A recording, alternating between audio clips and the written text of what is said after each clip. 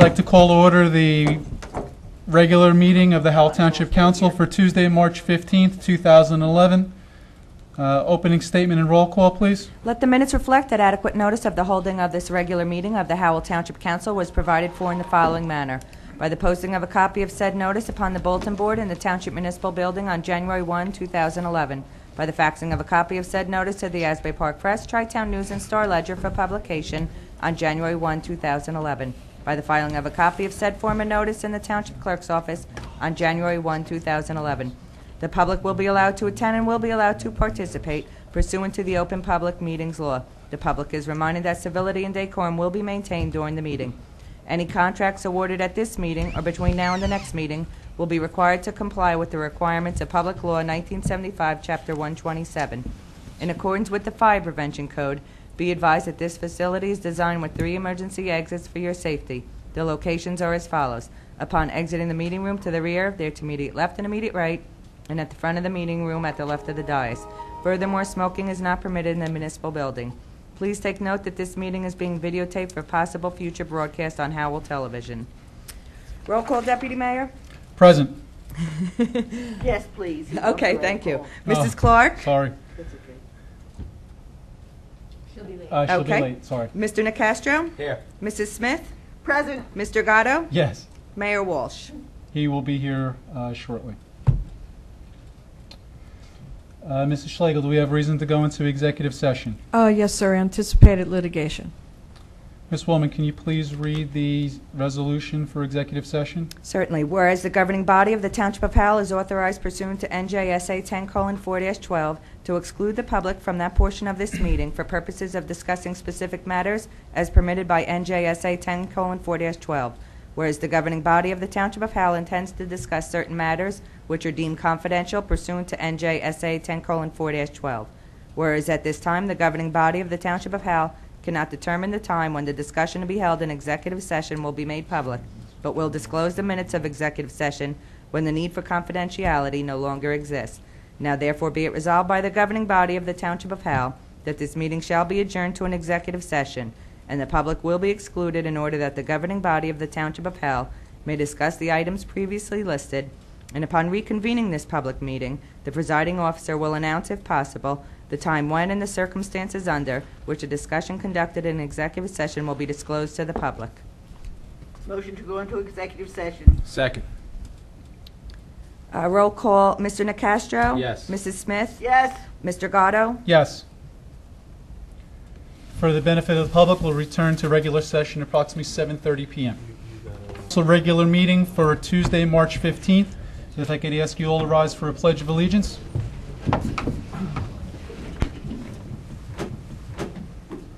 I pledge to be indivisible,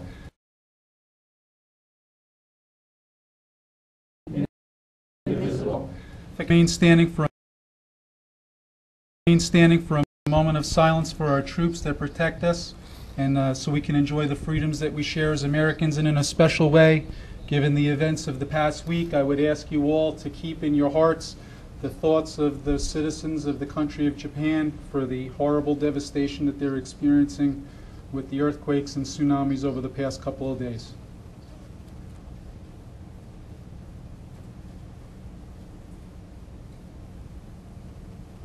Thank you all.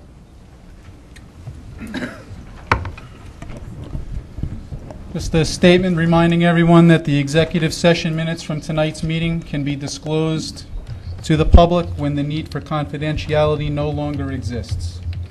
We have no minutes for acceptance this evening.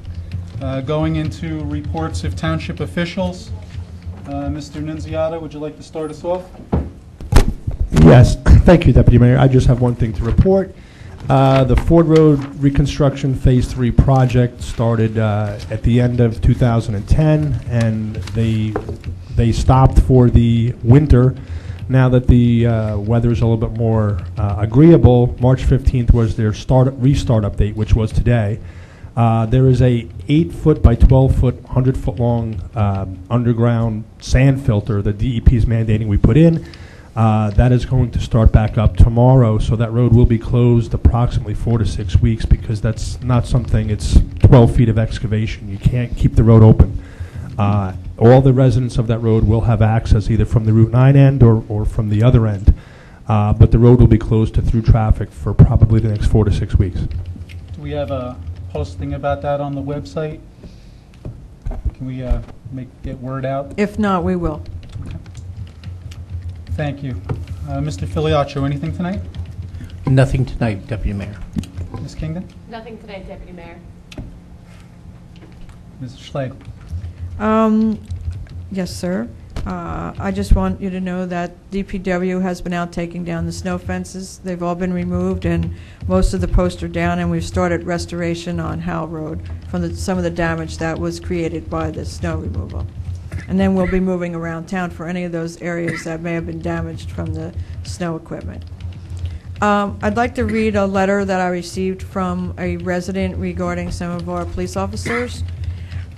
Dear Chief Carter, on Friday, March 4th, 2011, at approximately 5:30 p.m., I was walking my dog Jake at the Manasquan River Greenway on West Farms Road.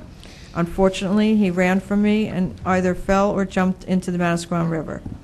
The embankment was so steep that I could not get him out, nor could my husband, and in desperation I called the Howell Police. Officer Jason Moore and another officer, which she doesn't have the name, came to our rescue with a rope and great arm strength and pulled Jake out of his predicament.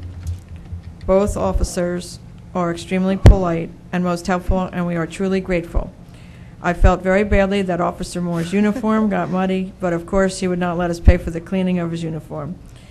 Instead, by copy of this letter, we're making a donation to the Howell PBA 228 with our deep appreciation. As a former committee woman, I've always known that we in Howell Township have the best police department in Monmouth County, and your officers prove it every day. Please thank Officer Moore for my husband and I again, and for Jake. Sincerely, Marion Masnick. So I'd just like to mention that the other officer was Patrolman Daniel Murphy and Patrolman Jesse Moore. So we'd like to thank them for helping out Jake. Great. So I just wanted to recognize them for great work. That's it for me. How about a quick word on our newsletter? I hear we got some good comments on It's that. coming up. All right. Mr. Fetcher? Yes, I'm pleased to announce the e-newsletter is out on our website now. If you go to our website, on the bottom right-hand corner, there's a link you can click on, and it'll be that website, that e-newsletter is there, as long as any future ones that we have. I also emailed every resident that is on our advisories and newsletters, so we have a good amount, over 1,600 residents that got the newsletter today, and just encourage anybody who isn't signed up for that to go to our website and sign up as well. I actually heard some very positive comments from some of our residents. We have one resident in particular, I think he's here tonight, that frequently sends me newsletters from other municipalities, Yes, he kind does. of giving us an example of what we should be doing. And I'm happy to say that his litmus test has proven that our newsletter is far superior to ones he submitted to us. So excellent job, and thank you very much for all your efforts. Thank you. Ms. Woolman, anything from the clerk's office tonight? Actually, I do. I wanted to just talk briefly about the Howell Township voting redistricting. Howell Township's voting district lines were recently redrawn to even the population in each district. The township now has a total of 32 districts and altered 18 districts. This may have changed polling locations for some voters. Monmouth County will be notifying those voters whose polling location has changed, but voters are urged to check their sample ballots for the location of their polling places. The township's website now includes the revised voting district map, which is user-friendly. And if anybody has any questions about that, they can contact the clerk's office? Absolutely. Contact the clerk's office. Thank you very much. Members of the council, Mr. Nicastro, any comments? Nothing tonight. Mrs. Smith? I wasn't going to. I was going to say nothing tonight, but it just dawns on me. Mr. Nunziato, your announcement about the road closing, could you please repeat that loud and clear? And I will ask any people here who represent newspapers, maybe to put a little note in each of those papers, because not everybody has a computer, and also they might not even think to pull it up on the website, but they might be thumbing through those newspapers. The date and exact area, please. Yes, Ford Road, the exact area, it's roughly 1,000 feet in from Route 9. I know, but that will be closed. Yes. The whole section of the road, the whole road will be Correct, closed. until the complete installation of the chamber, which is, well, let's call it, for simplistic sake, like a very large septic tank. Right. It's going to So be it put in. affects everybody on Ford Road. That's correct. You will not be able to go from Route 9 and go in a westerly direction. The road will remain closed on both sides. However, it's between two houses, so the people on the easterly side can get it back out to Route 9, come and go from Route 9. And the people the other way will have to come from, let's say, Kent Road or Church, that way. And the date of the, They are starting tomorrow. The first 3 pieces are coming, and they're so large that they may have to come with a crane, and it's estimated 4 to 6 weeks, weather depending. I mean, we'd like to be hopeful, but the road will not be passable to through traffic. would have been nice to have a couple of weeks' notice so that they could not just, people could be prepared, but thank you. And I would, we'd appreciate it if anybody out there would make note in their papers. Thank you very much. That's it. Thank you, Mrs. Smith. Councilwoman Clark? Nothing for me tonight, sir. Very good. I have nothing either. So with that, let's get right into the order of business. We have a few proclamations this evening. The first one is in recognition of Poison Prevention Week, and I'll ask Councilwoman Clark to please read that. This week is Poison Prevention Week, and I'd like to read the proclamation. Whereas Congress designated the third week in March to be National Poison Prevention Week in 1961, actually. And since then, this week has helped to raise national awareness of the dangers of potentially poisonous medicines, household chemicals, and other substances. And whereas each year more than 2 million potential poisonings are reported to the nation's poisonous center. Whereas approximately half of all the unintentional poisonings occur each year happen actually to children under the age of 6.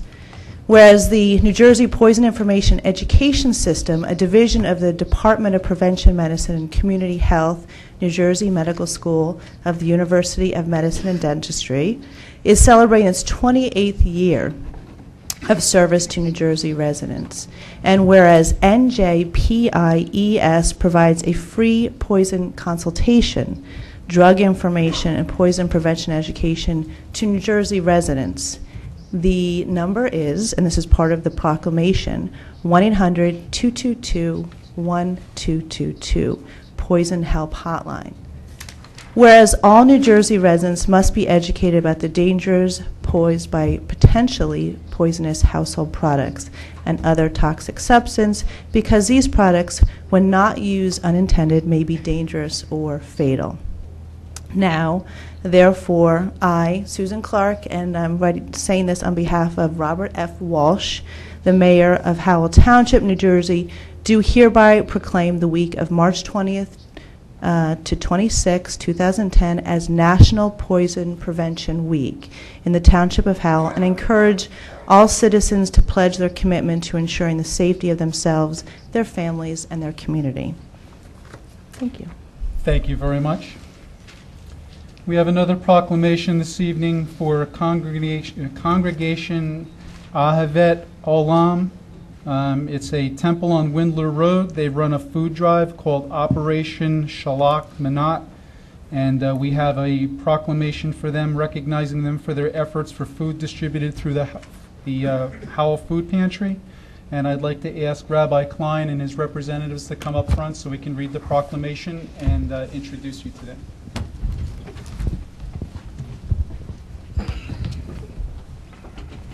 You stay here, point? Yes, please. Please excuse me, It's quite all right. Good evening. How you doing? Thanks for coming. Thank you. Thank you. How you doing? Thank you. Thank you so much. On behalf of all of your efforts for what you do for the Howell Food Pantry and the citizens of Howell, we're pleased to present you with this proclamation.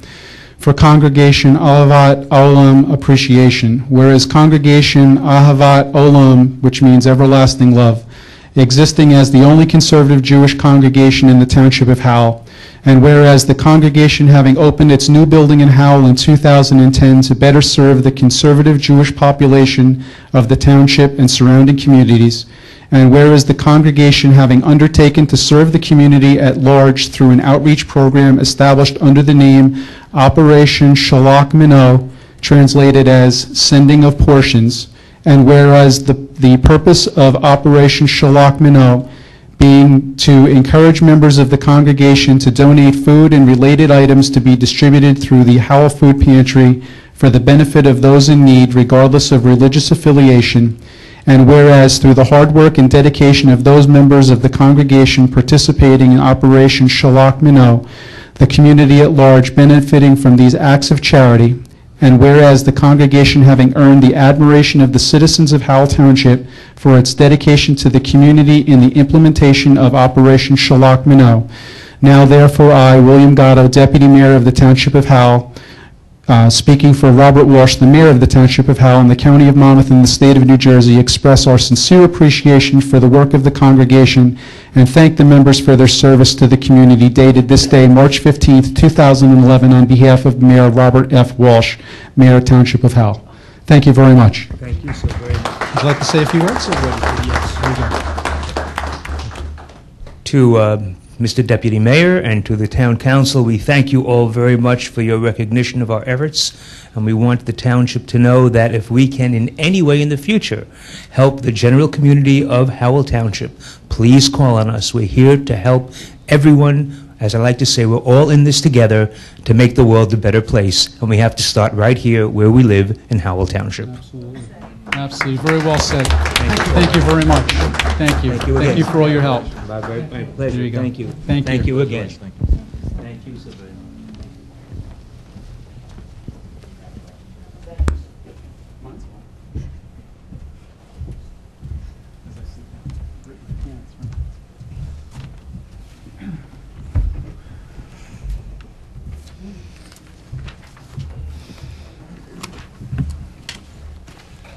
All right, that gets us to hearing of citizens and public comment on consent agenda items. This is for any item that they choose to speak about, correct?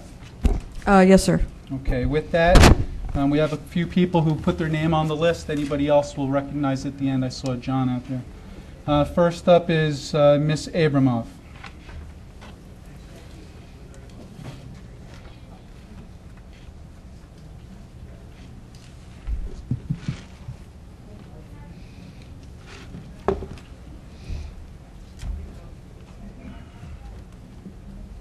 Good evening, Ms. Abramov. If I could have your Thank you very much. name and address as usual for the record, please. Grace Abramov, 26 Glenmore Road. I have a few things I'd like to ask tonight. There was a meeting, well, not a meeting, but with FEMA a few weeks ago, and can you update us on if we applied for any money, if we received any, and if we have received any? Well, you want to go through all your questions first? No. Or? We applied for money. We received all our money from the April, I believe it was like 21st or something, from the rainstorm from last year. We received the final check this past week, as you all well know, received in an email. And our OEM has applied for money for the recent storms. Can you divulge how much we received?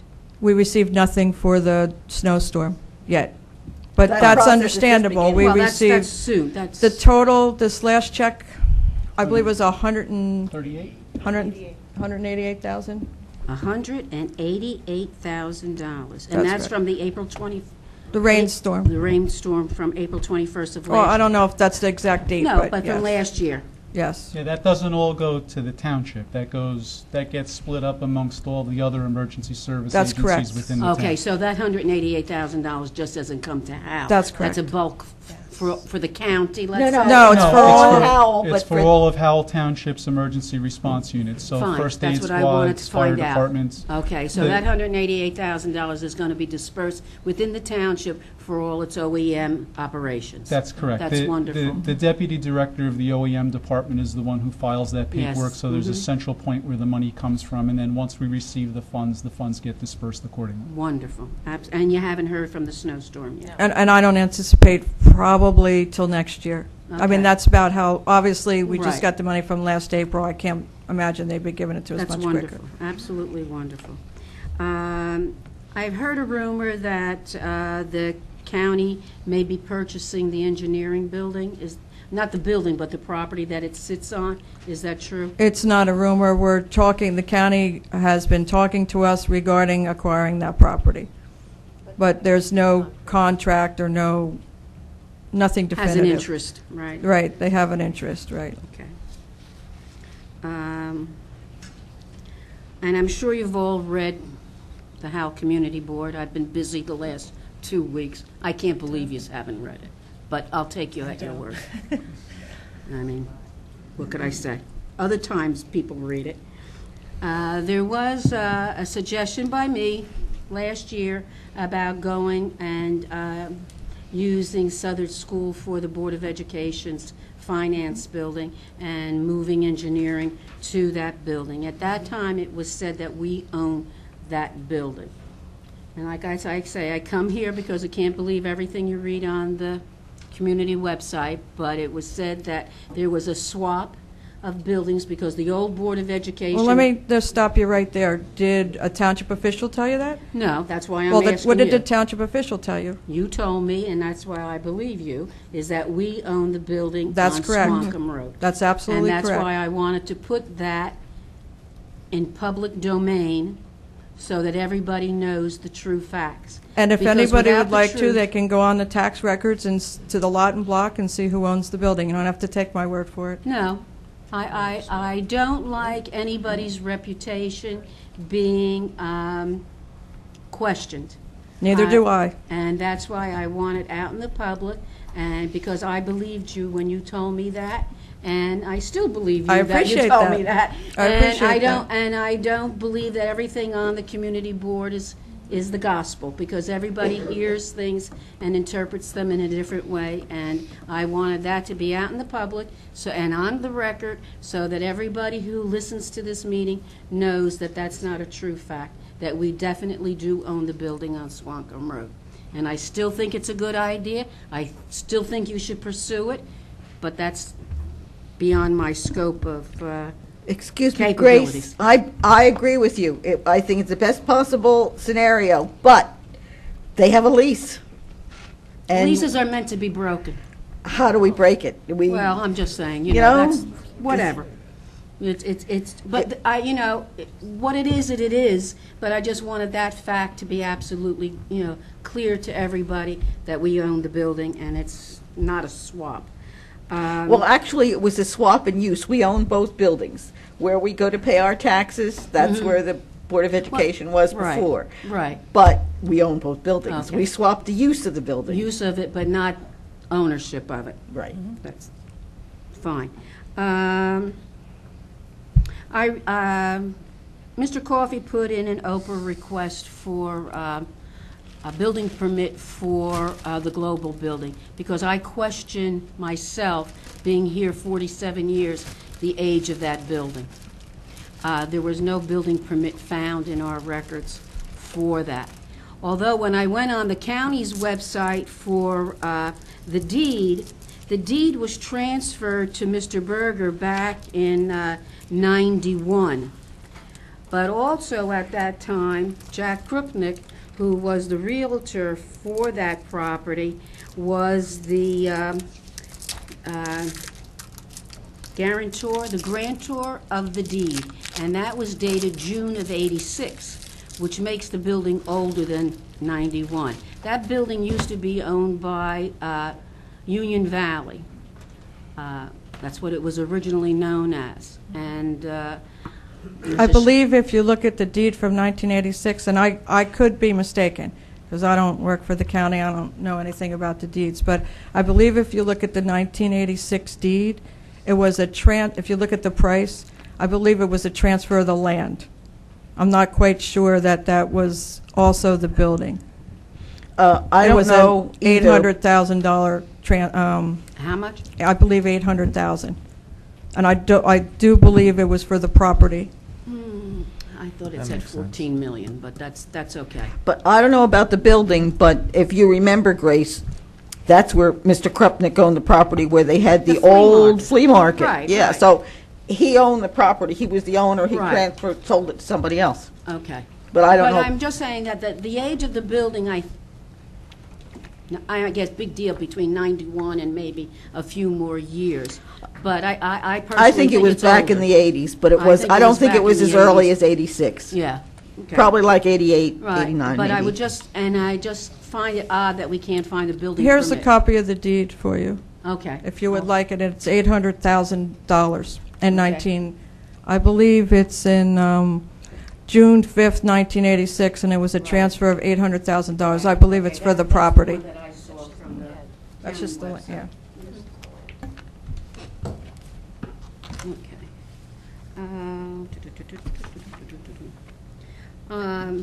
There was a couple of events that took place that I think upset the majority. Well, there weren't that many people here at 12:45 2 weeks ago, but I really think you did the public a disjustice by doing what you did at that late hour. And like I said, it didn't matter. There were only 3 people here who really showed any concern, Mrs. Dixell, Steve Morlino, and myself, even though I didn't have anything to say that night. We were under the impression at 8 o'clock that there was nothing for the public to review, that there was no resolution. It was only a draft, and then at 12:45, it was passed. What I read, and I'm not a lawyer, so I don't know this legalese business, but if you'll explain it to me, it says where there is a public need for the land and the municipality is authorized to acquire real property. I don't understand what the word public need means. And then in the third paragraph where it says that the manager is given the authority to execute a land sale agreement. Grace, just for the record. Just before you get to that, because I know that there's some question and confusion as to what the resolution is, but I would like to address the first part of what you said, because I've been hearing it for the better part of 2 weeks. One of the reasons that the conversation took as long as it did, and this question about this resolution in its draft form, there was a 4.5-hour discussion by the public for the open discussion part of the meeting, which was asked to be moved to the beginning of the meeting so that people would be afforded whatever opportunity they could in order to be heard on the topic. I don't believe there was any secret about what we were talking about. I've heard people had some reservations that the word global building was not in the discussion item.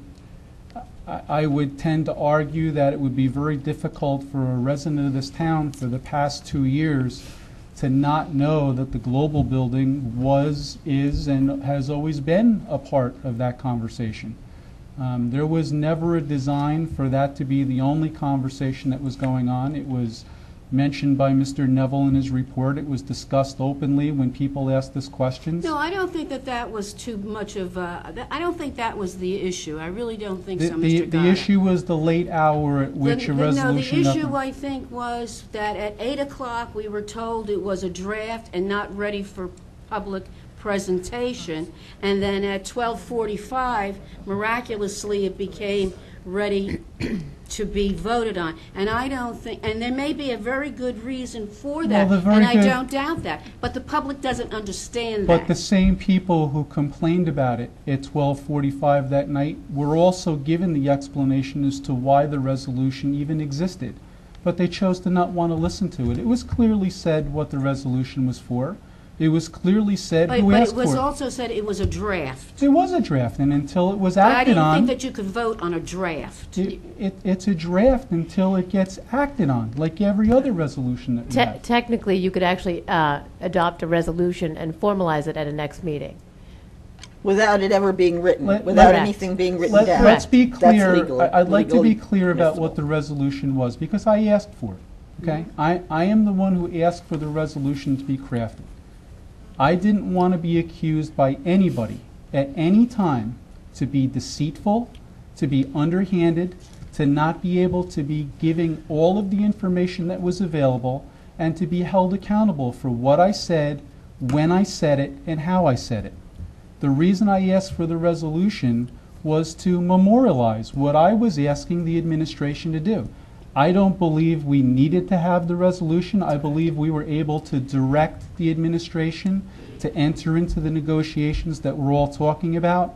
But I didn't want somebody coming back and saying, well, when did Bill Gatto say that? And only Bill Gatto was interested in buying the global building. Oh, I didn't hear Oh, that sure, from you. it's out there. My Well, I name is didn't all hear over it. that, and I was here until 12:30. Okay, What I but- heard at 8 o'clock was Mayor Walsh saying that he hasn't seen or heard about it Well, at 8 o'clock.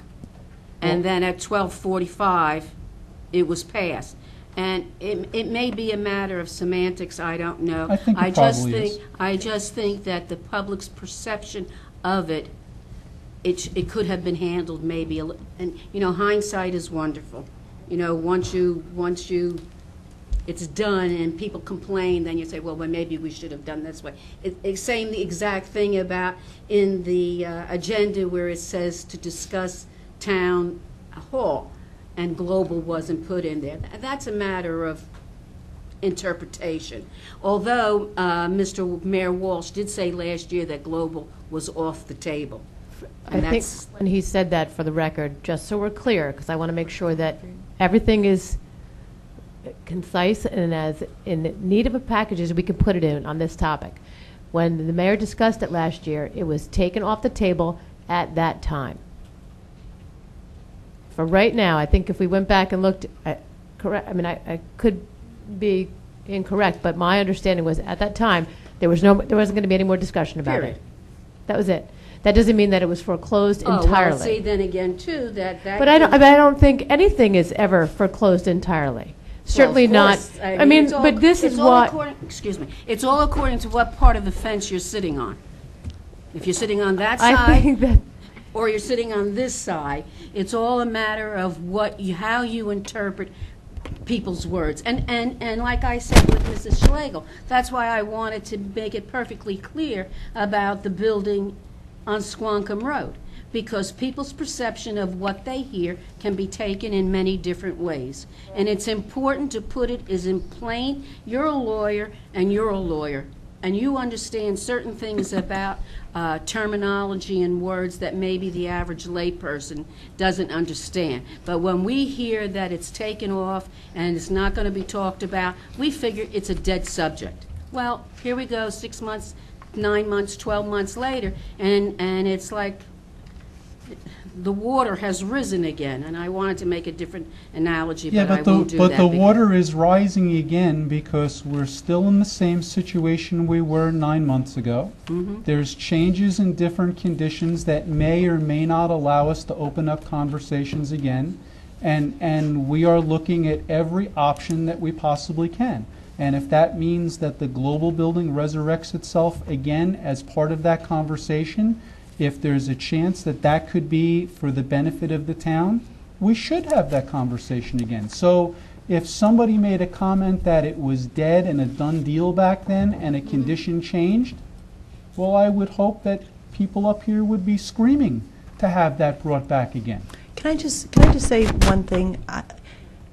From sitting up here, the process, I have to tell, the deputy mayor really pushed, and all of us have the utmost concern of open and completely candid representation of all of this. So I feel that the process upon which was worked to get ultimately to the resolution was done solely, so this was not, I mean, I really appreciate the fact that Deputy Mayor spent a long time on the phone with our lawyer trying to come to making sure that we were really dotting our I's and crossing our T. But I'm just, all I can say is that the effort upon which that we approached the process, I felt was entirely candid, But open. why couldn't you at 8 o'clock do what you did at 12:45?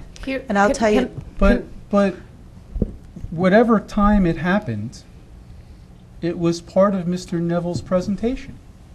That occurred long before 9 I o'clock. didn't see in Mr. Neville's presentation that a resolution was going to be passed Right, that but- night. but- It wasn't even on the agenda that this resolution was going to be.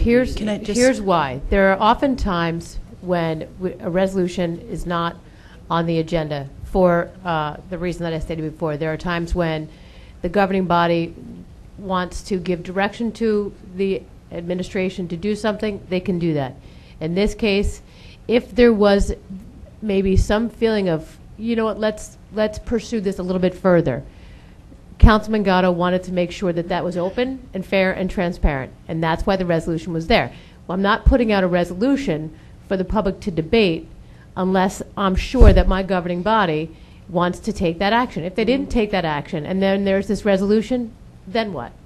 Well, Then we stir up Can you imagine for what the what? fallout would have been if somebody discovered that we had the administration going and having conversations about the global building and a resolution was not mentioned at all, even if it did occur at 12:45 at night? Can you imagine how packed this room would be with people that would be saying that we were deceitful, dishonest? I don't think that would have happened. I don't think people, Well- I'm very disappointed in the residents of Howell Township. I really am. I really am. I just, don't get me going there. It isn't like it And- used to and- be, is it, Grace? Huh? It isn't like it used to be when No, this room was no, full no. every single I mean, I meeting. grant you, people have lives to live, but they don't realize the impact of certain things. Let- And excuse me, Mr. God. And like I say, the legalese of this agreement, where it says to enter may be required to enter into this land sale agreement. To me- record, we can't do anything. We can't execute a land sale contract as a matter of law without a funding ordinance in place. Right, and we have that. No, we do no, not. we do not. Wait a minute. I thought Mr. Mayor Walsh says that we have the funding available. No, no. that It we does don't- not matter.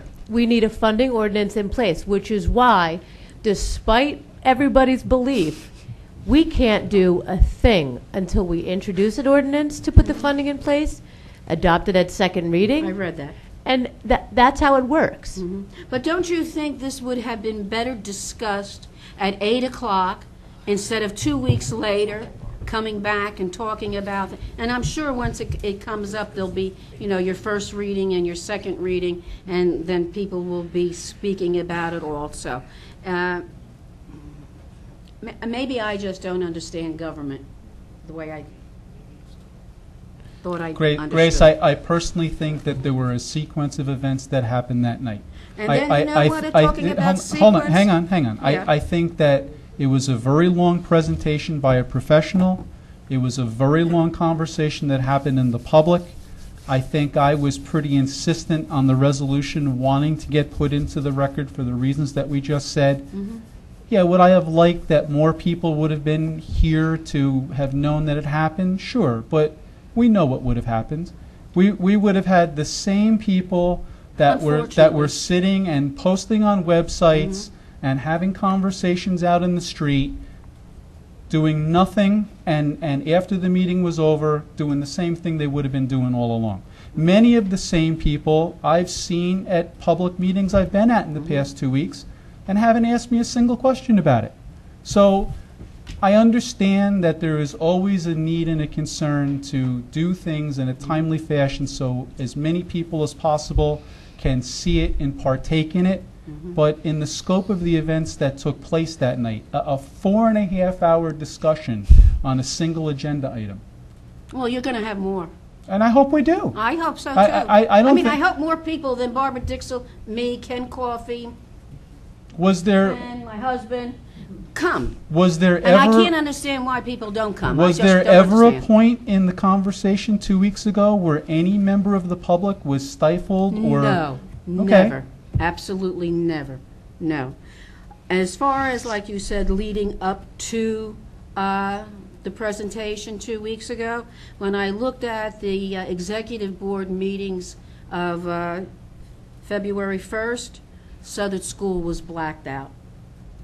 On February 15th, there was discussion on global, and that was blacked out. Boy, those two things together, and then on March 8th, you talk about global. That's a progression there that, I grant you, we don't know what was said on the 1st about Southern School, and I don't know what was said on the 15th about global, but I would really like to wait, and I would like to see what those minutes said. On my informal little survey, which means absolutely nothing, but just for a general conversation, 66.7% of the people who answered my little poll want to either want to add to this building, which was choice number 1. 23.8% said to build a brand new building, and 9.5% said to build global. Thank you very much. Thank you, Ms. Abramoff. Mr. Goddard, can you add Ms. White to that? I got her after John. I think Lynn Gillette wanted to speak too. Okay, just Yeah, keep I'll going. go through the list. Ms. Dixell, please.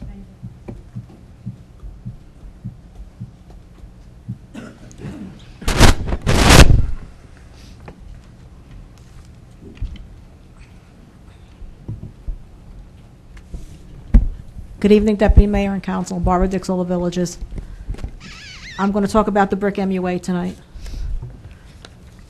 A few years ago, Parkway Water in Ramtown section of Howell was sold to the brick MUA because Parkway Water had contaminated wells.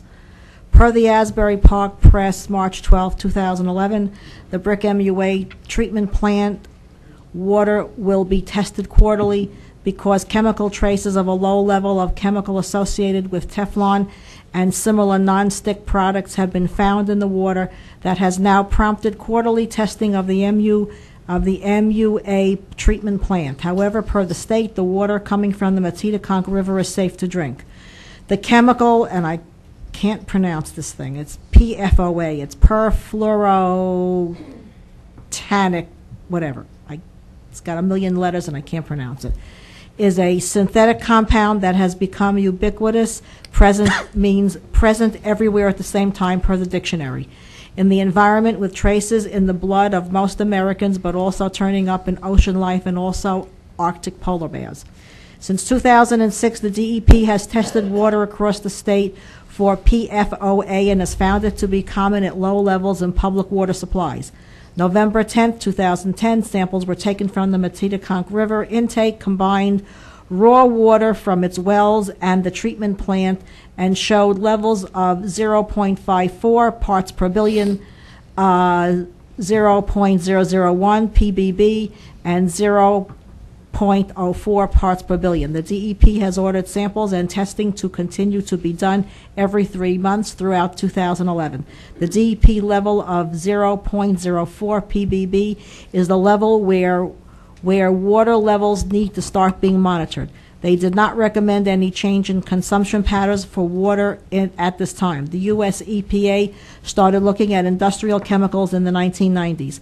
Water guidelines reflect health-based hazard concern as to which action should be taken to reduce exposure to contaminants in drinking water per the EPA. However, studies have not linked use of non-stick cookware to human health risks. The DEP order for quarterly samples to be taken after treatment at the point where water enters the brick distribution system is to be tested by a certified lab and should test for related perfluorinated compounds as well. A private community in Salem County was also required to start testing. Elevated levels of this PFOA have been linked to cancer and birth defects in laboratory animals, which has prompted the federal government to likely call it a carcinogen. In 2006, the EPA reached a $10 million settlement with DuPont, the manufacturer of Teflon, for failing to report potential health risks plus another $6 million for environmental investigations. Agreements were reached with other companies as well to reduce PFOA and finished non-stick products by 95% by 2015. Brinkerhoff did the study in Howell when Parkway Water was sold to the Brick MUA. The council may want to have them give a look at this thing now. And again, I say to all Howell residents, please put Brita filters on your kitchen faucets. Thank you. Barbara Dixell. Thank you, Ms. Dixell. Thank you. I'm giving a copy of the newspaper article plus the articles to the council. Thank you very much. Mr. Coffey.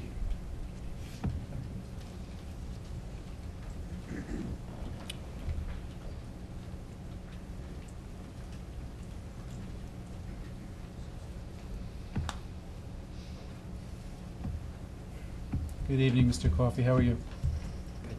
How are you? Very good. Thank you. Ken Coffey, Hampton Road. Good evening. I was going to ask 3 questions, the triple threat questions there, concerning Pinnacle, Global, and the budget. But since the mayor's not here and he is attributable to some items in the paper, I'm going to have to wait till he returns. But I happen to take a look at this ordinance, if I can address it now, this 11-8. It's on the agenda tonight. And I just read a little bit of it.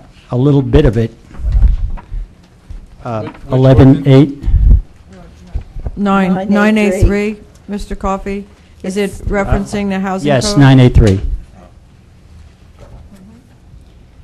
I just read a little bit of it, and I probably have it out of context, but it got me excited a little bit. I read. You know, and it seems to me what it says is that code officials and some others can enter any dwelling for inspection whenever they want. Is that what this is supposed to say? I think what if you look at what I've underlined, that's in bold and italics, that's what's being changed. And if it's not, it's No, I'm not questioning what's being changed. I'm questioning what's here. If it's an emergency situation. What? Only if it's an emergency situation. Like? If they say threatening, like no, it says to check for unsafe conditions, like what, bed bugs or? I mean, is it really saying that these people can enter a private residence? Or is it only related to rental units? No, it's related to private residences, but it's usually you need the owner's permission. No one's going to go into your home without you Right, being but there. they're saying that they can do it. They can get... If there's an unsafe condition, certainly they can. And the county health inspectors can do it for the same reason. Okay. Not happy about that. Thank you. We'll change it. Just don't be loaded. What? Don't be loaded. Okay. We'll do it after St. Patty's Day.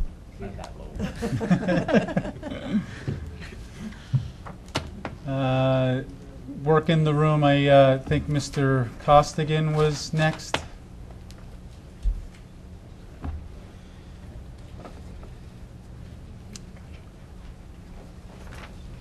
Good evening, John. Good evening, Deputy Mayor. Thank you, Council, for allowing me to speak. I apologize to Mrs. Clark and to Mrs. Schlegel. I didn't mean to. I was looking for the list, so it looked like it was coming over in a menacing manner. I wasn't. That's okay. I just wanted to see if you, what you wanted. That's why I Well, paused. usually what happens is I always sit there, but there was no room for me there, so I sit where I never sit. So, anyway, nothing bad here. This is your first one. It's wonderful. Yes, it is. I just downloaded it, a lot of thought. I think it's 16 pages. I can't remember. I counted them, but I forgot. But anyway, it's very good. I like it very much. It's quality, it's class, and I thank you. That's the Howell Community Connection. It's on your email if you want to draw it down from the website. Thank you. The only other thing, I want to thank the council, but I specifically want to thank our attorney, Township Attorney McKenna Kingdon, for putting together an ordinance on the solar, very important, very needed. So I thank you very much for that. And lastly, on the discussion that you're having on the basic maintenance costs tonight, if you get to it. About a dozen years ago, maybe 10 years to a dozen years ago, Zig Panic gave a presentation before the council on maintenance of basins. And with whatever grasses you put in there, you don't have to cut it, so you're saving a lot of hours and costs of maintenance. And if you let it do its job, it'll do its job. And it's a lot less, I'm trying to think about what I wrote here because I can't remember it.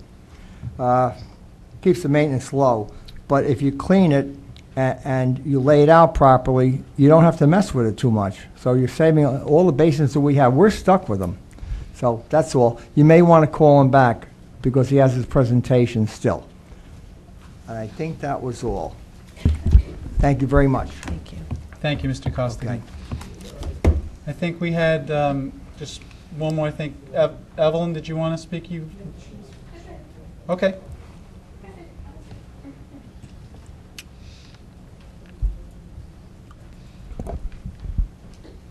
And then I have Ms. Weitengruber after that, and then anybody else after that, just raise your hand. We'll recognize you, okay? Yes, ma'am. Please just give your name and address for the record, please. Evelyn Gillette, Easy Street. Unfortunately, Mayor Walsh isn't here. Partly, I did want to address him, too. And I just wanted to comment in general. I'm sure he'll watch this later, so. I think he'll be here later, so you probably have your chance to speak to him. But I was watching the last meeting on the TV with a neighbor that's that can't get out, has a full-time aide. And it bothered me the way people were talked to, especially by Mayor Walsh. And this aide is not from here. She doesn't know. She had no clue. She just happened to be watching with us while she was doing her thing. And she kept saying, "Who's the guy in the middle?" And we said, "That's our mayor." And she couldn't believe the way, people were being talked to.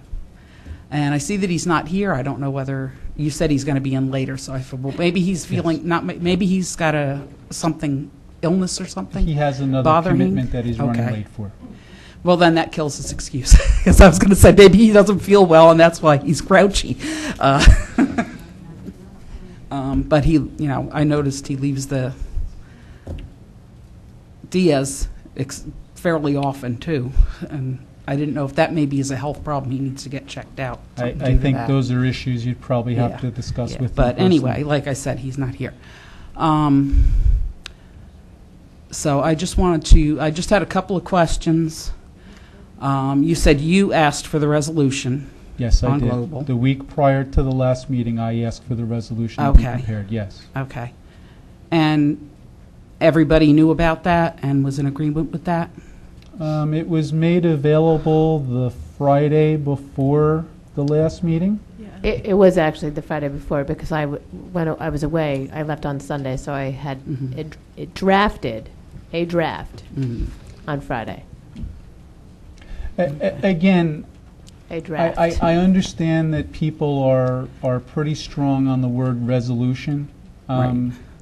Let me just explain what was in my mind when it was going on. I asked to, again, I don't know all the rules. Right. I wanted to know what the best way to document conversations that I thought that we would potentially have.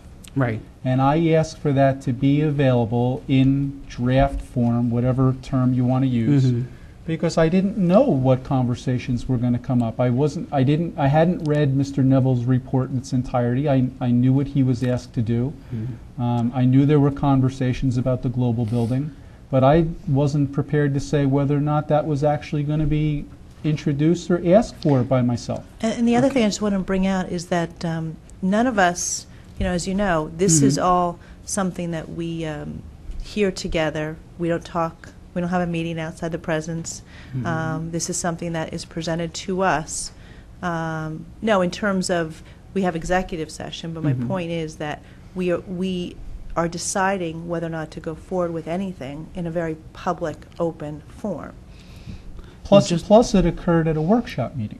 And by nature, the workshop meeting lends itself to that type of discussion. So the question of having something being prepared in draft form, well, that's, to me, again, this is just strictly me. That was what I intended for it to be. If the conversation in open discussion was to lend itself to that resolution being introduced, if I still thought it was appropriate since I asked for it, I asked to have it read. Okay. In my hearing of the conversations that went on, I didn't hear anything that would prompt me to draft that resolution. Sure there were. There were a lot of people that were against the resolution. Sure they were. Who didn't believe who thought there was no, because who were misled into thinking that there was no resolution. Because there's a lot of people that are against the global building. That's why it's not just the global building. We don't want to leave our home. This is our home. If this administration and the past administrations had put all the energy and effort and money into fixing this home, but they didn't. We wouldn't have this problem. But you're going right after them. We're not going after. You're spending more and more money. Listen, and it's like we are deciding what the best appropriation of that money is. Nobody bought. But you're spending money to do that, and if that money was just put into this building instead of running after somebody's idea of what's going to look good on their resume when they go to run for another office. We paid $10,500 for a study to be done. One of the options of which was to perform a very... And who voted on that? How did that come about to get that study done? Whose idea was that? Was it voted on or?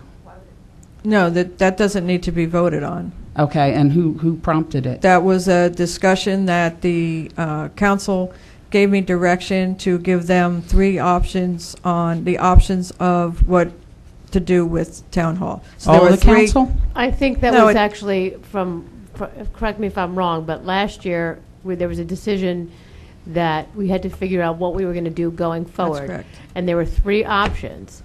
Fix this building, build a new building, or look into another building. That's where that came from. This is a spillover from last year. It was an open RFP process for correct. professional appointments for January 1st. Architectural services was one of the RFP items. Yeah, and everybody assumed that architectural services meant we were going to look into fixing this place up and adding on. Well, what happened is, that's what people thought. But then you didn't listen to 2/3 of the presentation because that's exactly what his presentation was.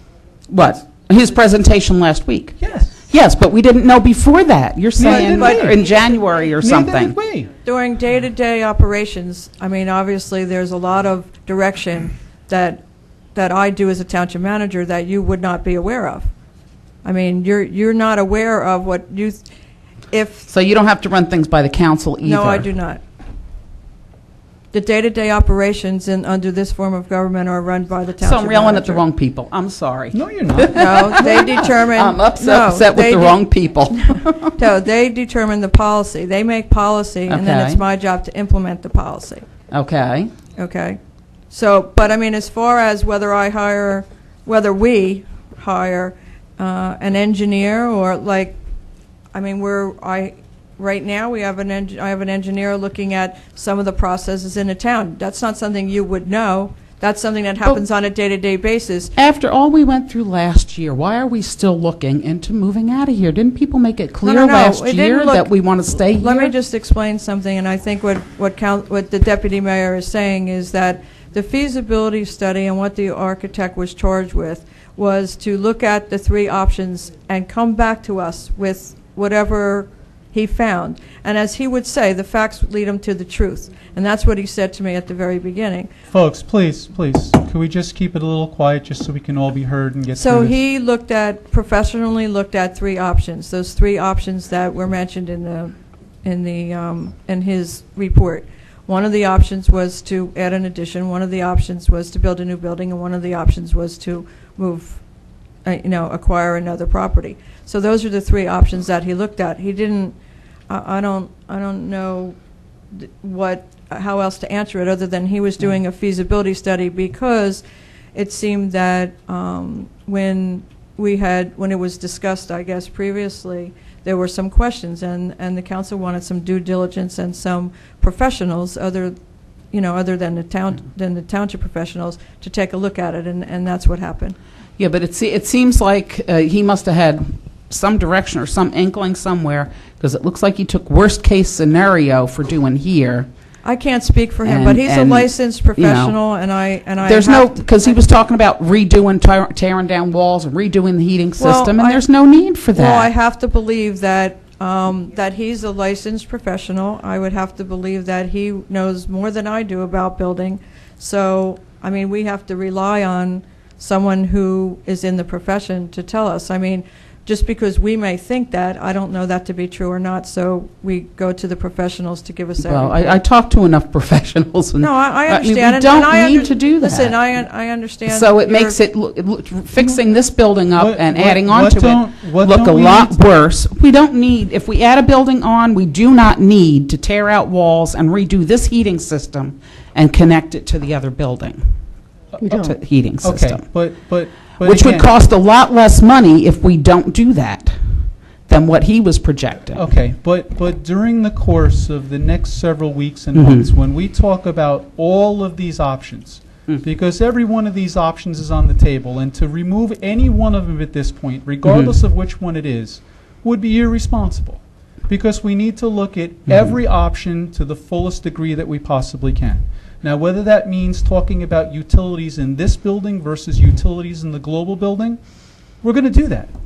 And we're going to lay it all out, just like we've started to do. But I'm not talking about just utilities. I'm talking about if we add a new section here, we don't need to tear out walls and go into a full remodel like he was talking about. I don't remember that being the conversation. I remember the conversation being... He was saying we would have to do a remodel more than 25%. Okay, you said what you heard. I'm going to say what I heard, okay?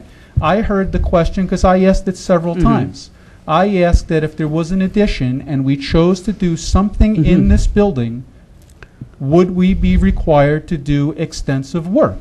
And the answer was yes. To your point, the question of if we only did an addition and did not touch this building, would we have to do anything? His answer was no. Okay? Right. But at some point, I'm going to need somebody to come to me with a plan that's going to explain how we do an addition and don't touch this building. Because nobody wants to have that conversation. I don't think that's exactly what was said. No, it's not. It's not.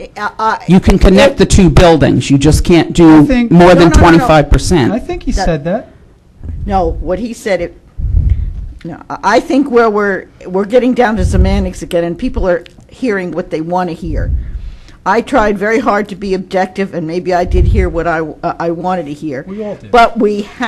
But he had to be pushed, and when he was pushed far enough, he said that there was no real problem with this building. Can I? You can fix what's wrong with it if you don't. Can I make a suggestion to you?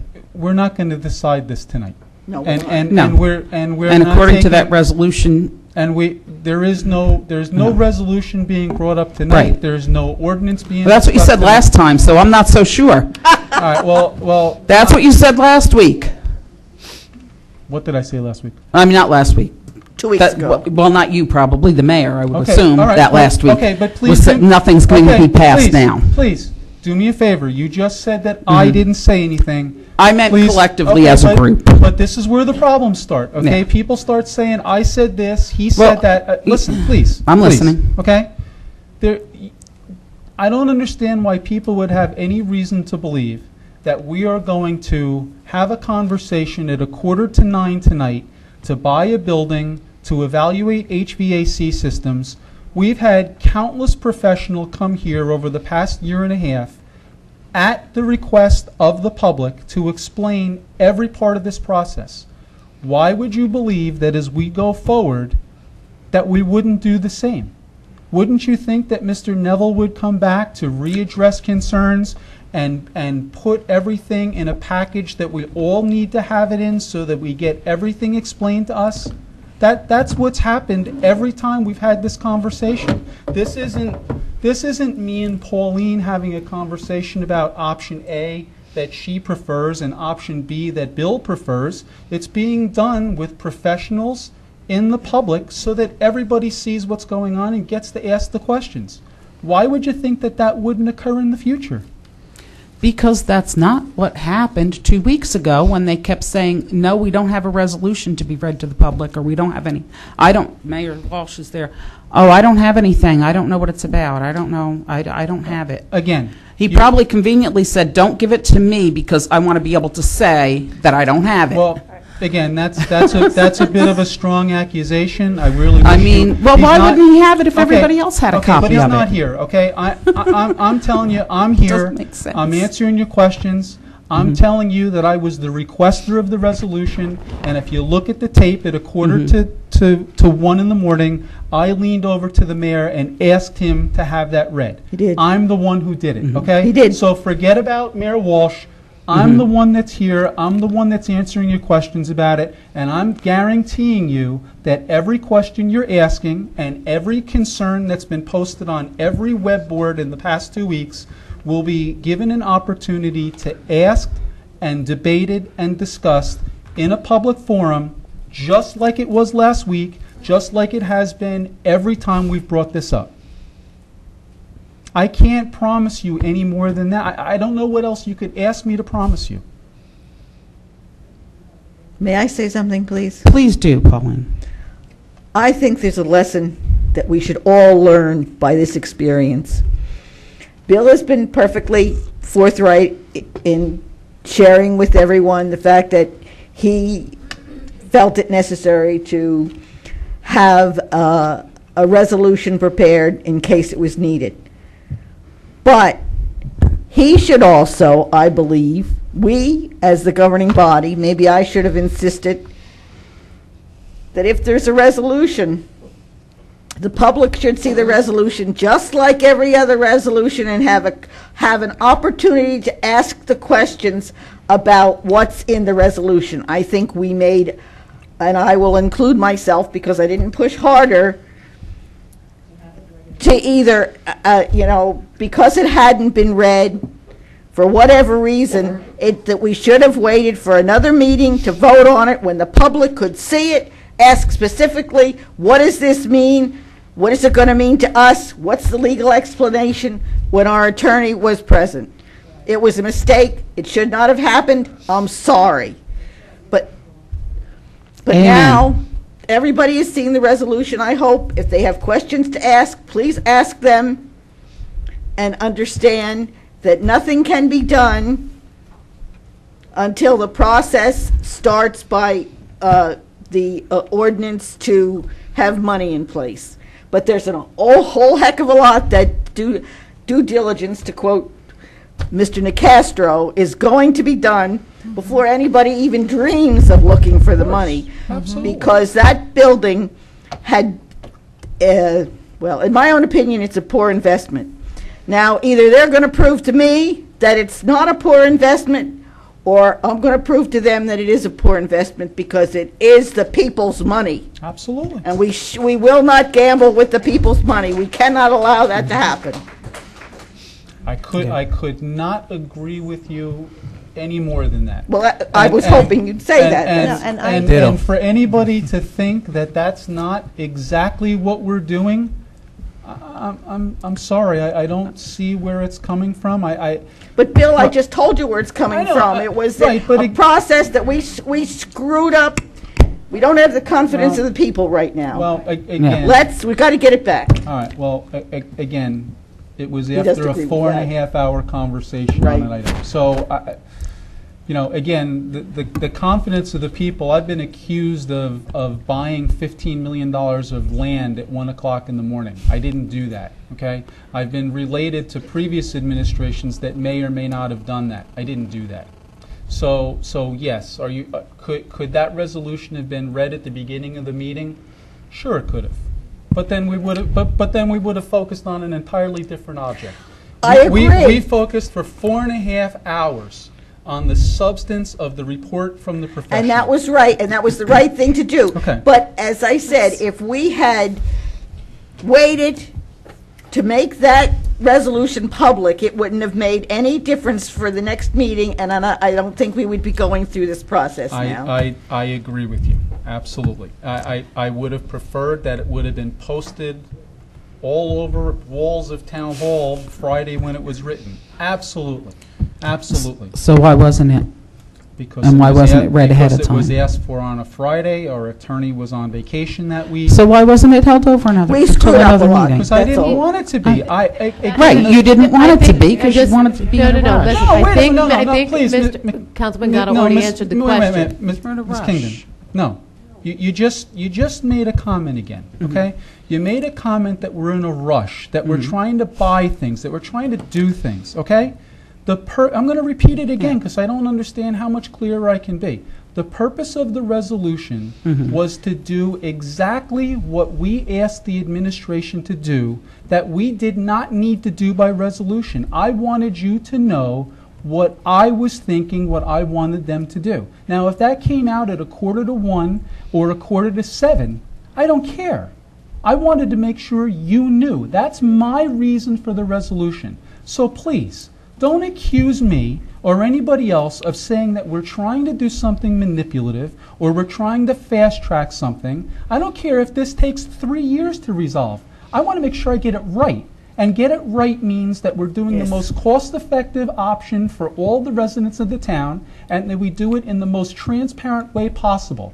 And if that meant that night that it occurred at 1:45, yes, we could have done it earlier and better, but it was important for me at the end of that night to get it on the record what we were trying to do. I know it was, but I don't think we should have read it earlier because we weren't ready to. As you said, we were going through the process of questioning the study and discussing what we all felt about that.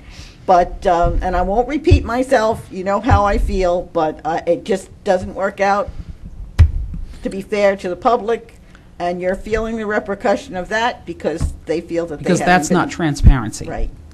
Transparency would have been to wait and let the public read it and explain it better to the public before you went forward with it and voted on it. That would be transparency. Just for the laypersons, I've had a little more experience with this than some people. Said I guess it was Ms. Abramov said, you know, people don't understand the terms. And I know when something's tabled, that doesn't mean necessarily that it's gone away. That means we have too many people against it, so we're not going to do it right now. We're going to wait and bring it back later. See, that's another, that's another Excuse me. strong accusation. Deputy Mayor. Well, you weren't even here then, so why are you getting upset? I was here when it was tabled the first time, absolutely. Oh, that's right, you were. Absolutely. Mr. And you Nicastro know wasn't. what? I also expressed a concern at that time because at the time, it was not a cost-beneficial issue to be brought up. And that may very well happen again. I may ask for it to be tabled 25 more times while I'm still elected. But for people that don't know, tabled does not mean that it's gone away. So anybody listening or watching that thinks something that's tabled is gone away forever, no. It just means it's not going to be brought up that night. It's not going to be acted on then.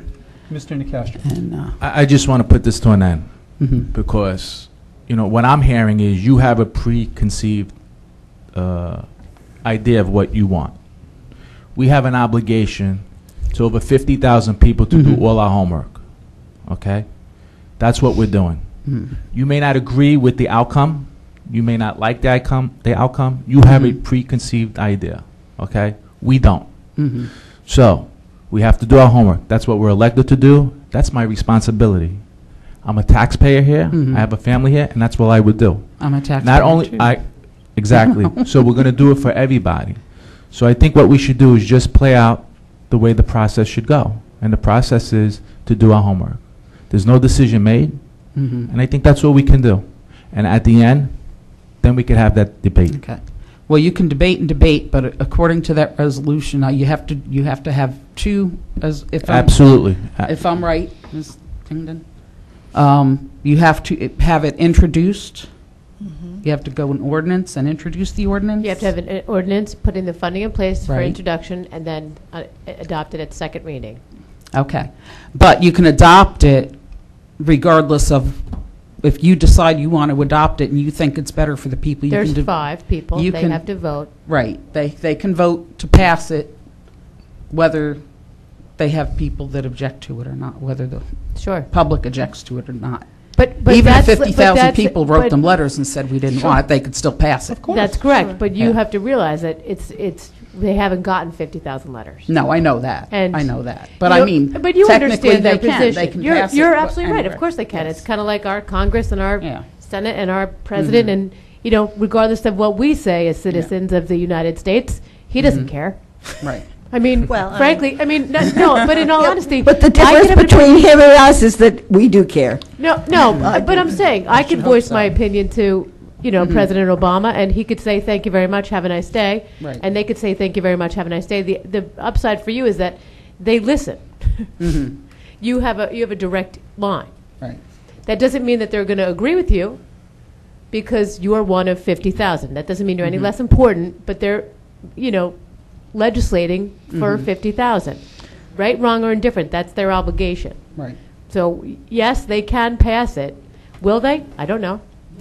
Nothing is done right now. Nothing is in place, Right. other than a resolution that says, But hey, I just want to make sure that legally, I know nothing, legally nothing, it can be passed. whether- Nothing can be no matter done what. right now until an ordinance is adopted at Mhm. second reading that puts funding in place. And even then, you could still put the funding in place, and they can still say, I don't want to do it. By putting Isn't the there a funding in second place ordinance? doesn't make it happen.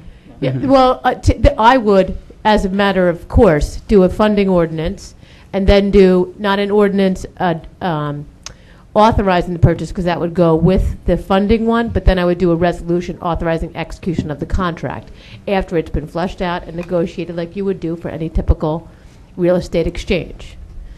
Again, even then, the governing body, as 5 people, could say, I don't like the terms of this contract, I don't like the way it reads, we're going to vote it down.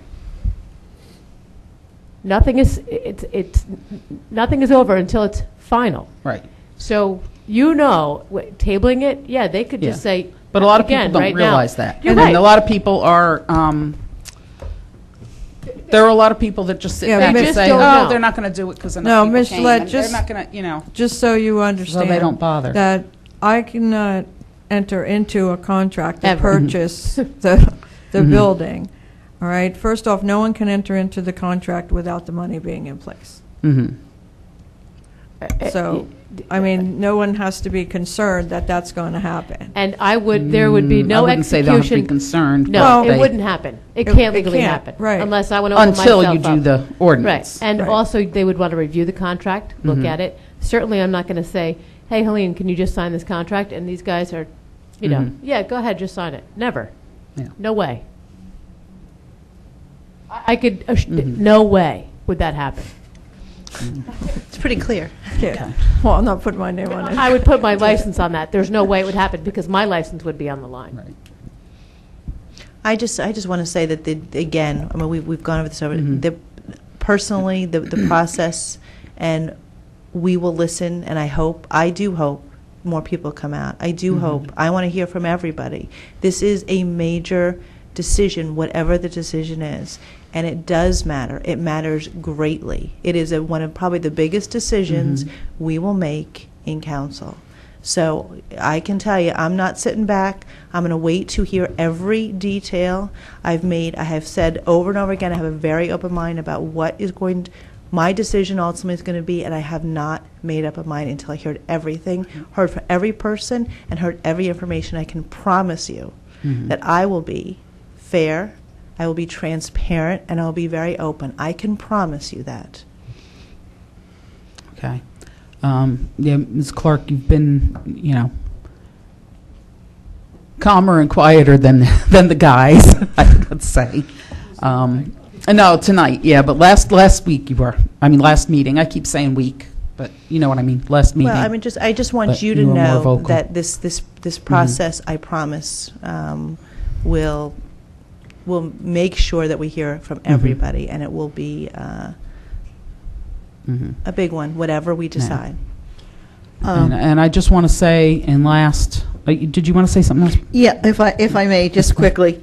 I've been very upset these last 2 weeks because I saw it happen, and I realized it was happening. I'm upset because, as some of you know, I feel strongly that it's a bad investment and the wrong thing to do. But that notwithstanding, all this business about the resolution and giving Mr. Slagle the right to sign a contract or whatever, it's all distracting your and our focus from the important objective, and that's whether or not we buy the global building, what we do about these buildings. That's too important. That was my other question. And the other thing, and it's just the big to-do over the resolution and was it right and were we being sneaky and whatever, it just takes everybody's attention from that. What I'd like you to do is focus on the objectives, the facts, and deal with those. And please come and please pay attention to what's going on and give us your opinion. That was my other. What will happen to this building if you do buy the global building? That's all. What are the we'll plans decide. for this building? Haven't gotten that far. This building is part. I know you don't. We're not even. But that's important, very there. important in the planning. it We is. want to keep this building. It is a historic building. I don't think anybody has suggested that something was going to happen to these buildings. Well, something has to happen one way or another. Well, I'm sorry, I meant something negative in your view. Right. If Global was purchased, or if there was something else that came up that you decided to move Town Hall to, whether it was the school or, another building, this building still needs remedial work. Sure. All of these buildings, whether you keep them, whether you rent them, whether you tear them down. So those costs still have to occur, whether we keep this building or not. So you can't say Global is the more cost-effective because it'll cost less to do that than to fix up these buildings, because these buildings still need to be paid for that remedial work, no matter what you do with the other building. So even if you say, oh, we have enough money on hand to buy these buildings, it's not going to cost the taxpayers extra, well, then it's still going to cost us extra to fix these buildings. Absolutely. That money should be put into these buildings, as far as I'm concerned. That's part of my theory, that, and I'm not going to go into the whole thing, but just plain buying another building takes on more of a burden for the taxpayers, and we're further away from having something done, completed. It digs a bigger hole. So anyway, I'm not going to dwell on that. We are very far away from having those conversations. There's a lot of conversations that have to take place first, and you will see those conversations. All right.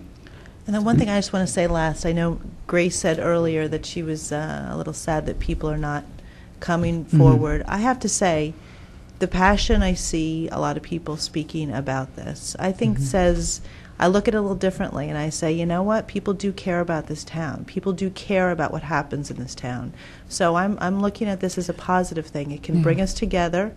It can have us focused on what has long been what I think a problem is. We need to do something. We can't sit back and not do anything, because that would be wrong.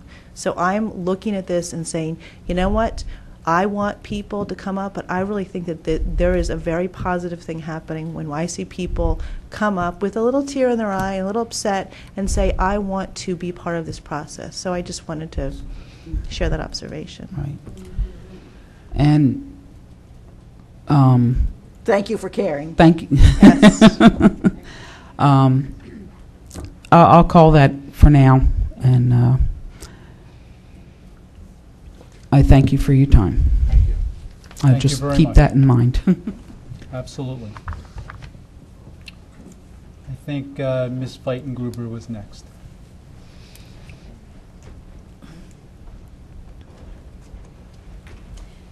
Good evening. Sue Weitengruber, 25 Princeton Drive, Howell. Good For evening. the How last are you? 36 years. Where's the mayor tonight? He has a previous engagement. Why don't you share with the public what his previous engagement is? If I did, I would tell you. I don't know exactly where he's at. He just told me that he would be here around 8 o'clock. We all realize that Mr. Walsh at this point has said, you know, he's ready to move on. He's done his job here in Howell. And it's always wonderful to aspire to higher office. And maybe you don't know Mr. Gatto, maybe you do. He is at a vetting session for possible Republican freeholder candidates at the Bay Shore tonight.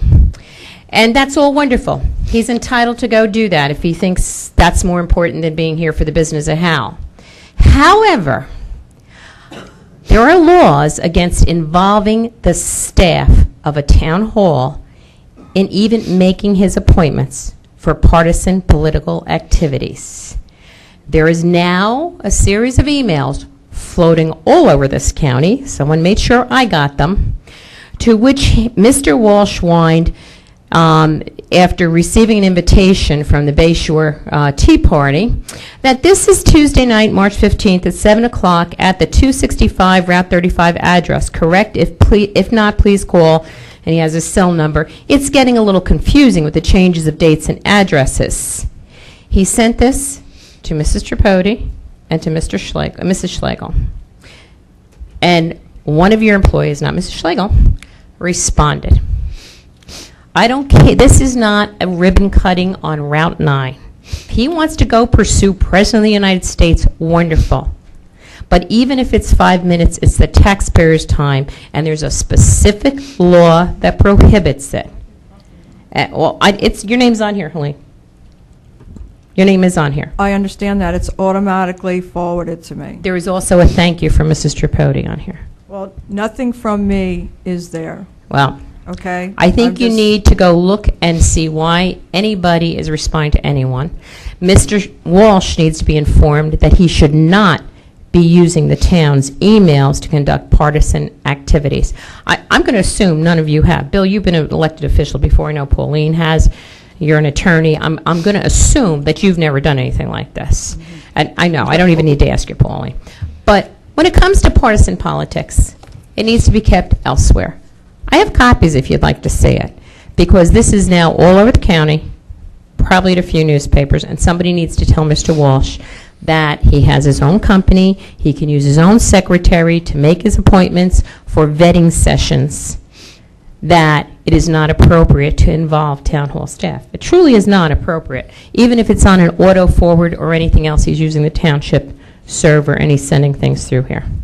So that was the first thing, and I would hope that you would think about doing that. I want to address permanent records. You know, there's been a long history in this town of losing permanent records. And Bill, you probably know, I know Pauline knows about permanent records because you're a fire commissioner. You understand certain records must be kept forever and ever and ever. You can't get rid of them. Okay, yeah, there was a flood and this and that and everything else. But from time to time, records seem to disappear for no apparent reason. I will tell you the construction jacket on my home that was built 40-some years ago has been replaced 3 times, because 3 times I've come in and it's disappeared. I know there was an Oprah request. Maybe it was the way it was worded. But the key word up at the state these days is transparency. And I guess it took just about 2 hours for someone to turn down the request. The request was for the original permit for the global building. And the person came to me and said, what do? I told him how to file a complaint at Government Records Council and let you folks tell them why you don't have that original permit. If it is not in the construction office, those permits are 4-part. One should be in the assessor's office, and it should be in the jacket for that block and lot. That's where it should be. You have to do a little more than just ask Paul Orlando, do you know where this permit is? And him say, no, I haven't seen it. You can't just say, no, it's not here.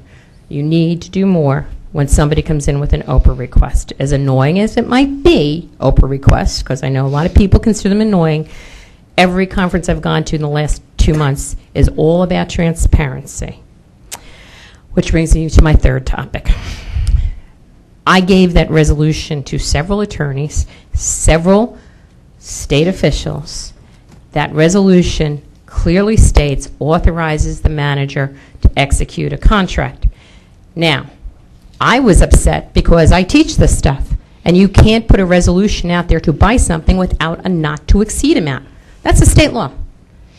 And, you know, you're a little bit newer to this bill. Fire commission is a little bit different, not, you know, as maybe as much as this is. I know Pauline knows the difference. But if you're really serious about transparency and restoring your credibility, that ordinance had to be amended first so you have a source of money. You can't go out and negotiate a sale or a contract and then say, all right, now we're going to change the ordinance. Now we're going to amend the ordinance. You need to do it in the right order. And honestly, you should do one or two things. Either rescind that resolution because you don't have a funding source, and right now it is causing you a problem. Because you don't have the funding source in place, the ordinance needs to be amended. Okay, maybe you tell things to other people, but you all know I teach this stuff, so you know I know it. And it does literally it says, authorizes the manager to execute a contract, sell a contract. The wording is right there. You either need to rescind it, you want to table it until the time that the ordinance is amended, but you need to restore credibility and transparency. If people ask at 7 o'clock and are told nothing's going to be done, and then all of a sudden at 1 o'clock, it harkens back to about 6-7 years ago when things were being done at 1 o'clock. And I haven't been to a meeting in a long time, and I'd like to not come back for a long time. When people start ringing my phone at 12:30 at night saying, this is what happened, and I was like, well, calm down. I need to see everything. I'm not just going to take your word for it. The resolution was also put on the agenda the next day. That resolution was not on the website at 6 o'clock that night because I looked at the agenda. Had I seen that resolution, I probably would have come to the meeting, but it was not there. So that's what you really need to do, and you really need to think about it. All right, let me take these one at a time. Ms. Kingdon, I'm going to put the spotlight on you because I've asked these similar questions. I would like to know, because I'm not an attorney, Mrs. Weitengruber is not an attorney, I would like it. There's been a comment that was made that we have done things inappropriately.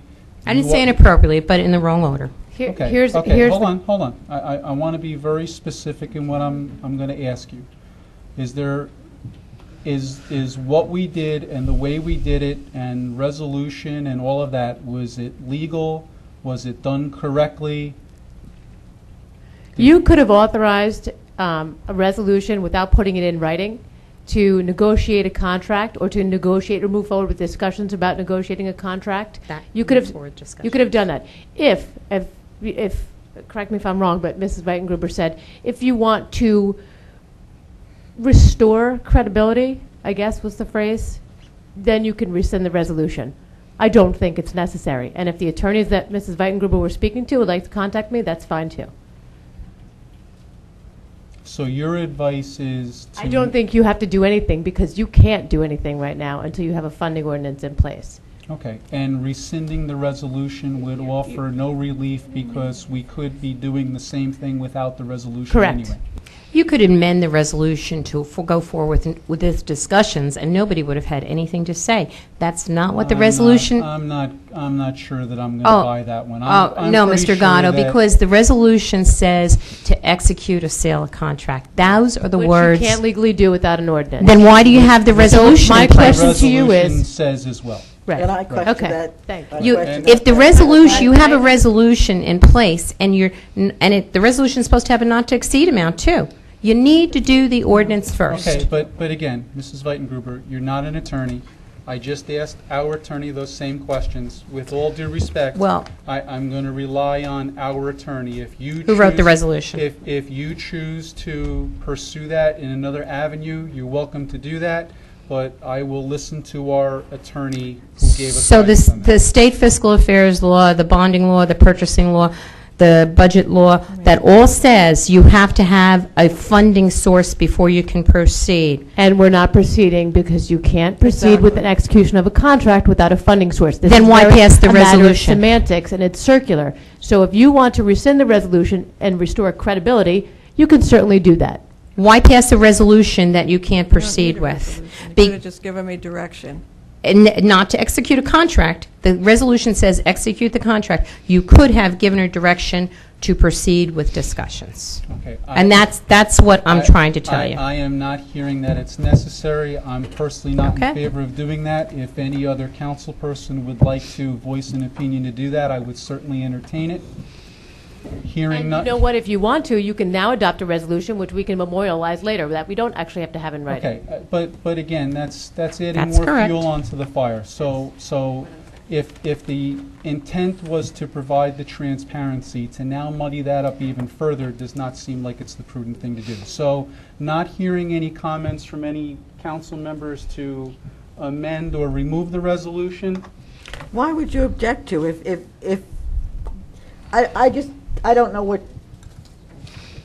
Because it's been properly explained to me from my attorney. It clearly says what the resolution does. she said you don't have to do it, but she said it wouldn't hurt if you did either. But we already did do it, okay? And to remove that, again, if we're talking about the air of transparency, we would have a resolution that now, because people are questioning our motives, now we want to go back and remove it. Mr. Gatto, I think anybody's questioning your motives. They're questioning the order it's supposed to be done in. You're not supposed to have a resolution that does not have a not-to-exceed Ms. amount Kingdon, was or a the funding order- source. Was the order done correctly I'm according to going to tell your you opinion? again, you could not purchase the building, you couldn't execute a contract.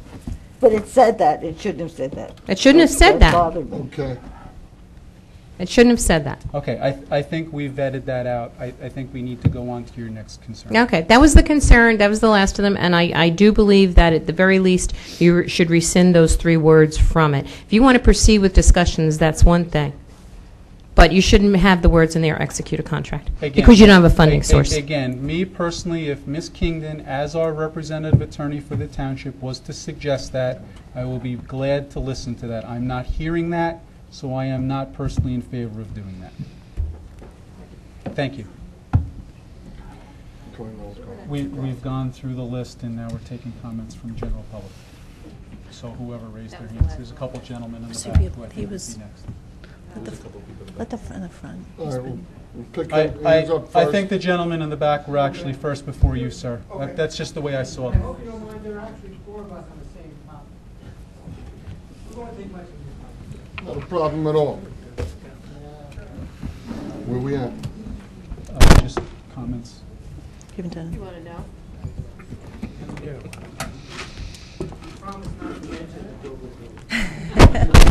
Feel free. You're the only one. All right, hold on. It's okay. If you speak, I need you to introduce yourself. I need you to speak into the mic, please. Yes. Okay? Can I sit down? Yes, We please. were all residents of Equestrian Post Neck Crossing. Feel at home. Sit down. You have Relax to, a you have little to be while. real close to the microphone, or Yes. else it doesn't pick My it up. name is Charles Senders. This is Dan McGee. Charles, what's your address, please, sir, for the record? 38 East Corsica Court. Okay. And this is Dan McGee. Sir?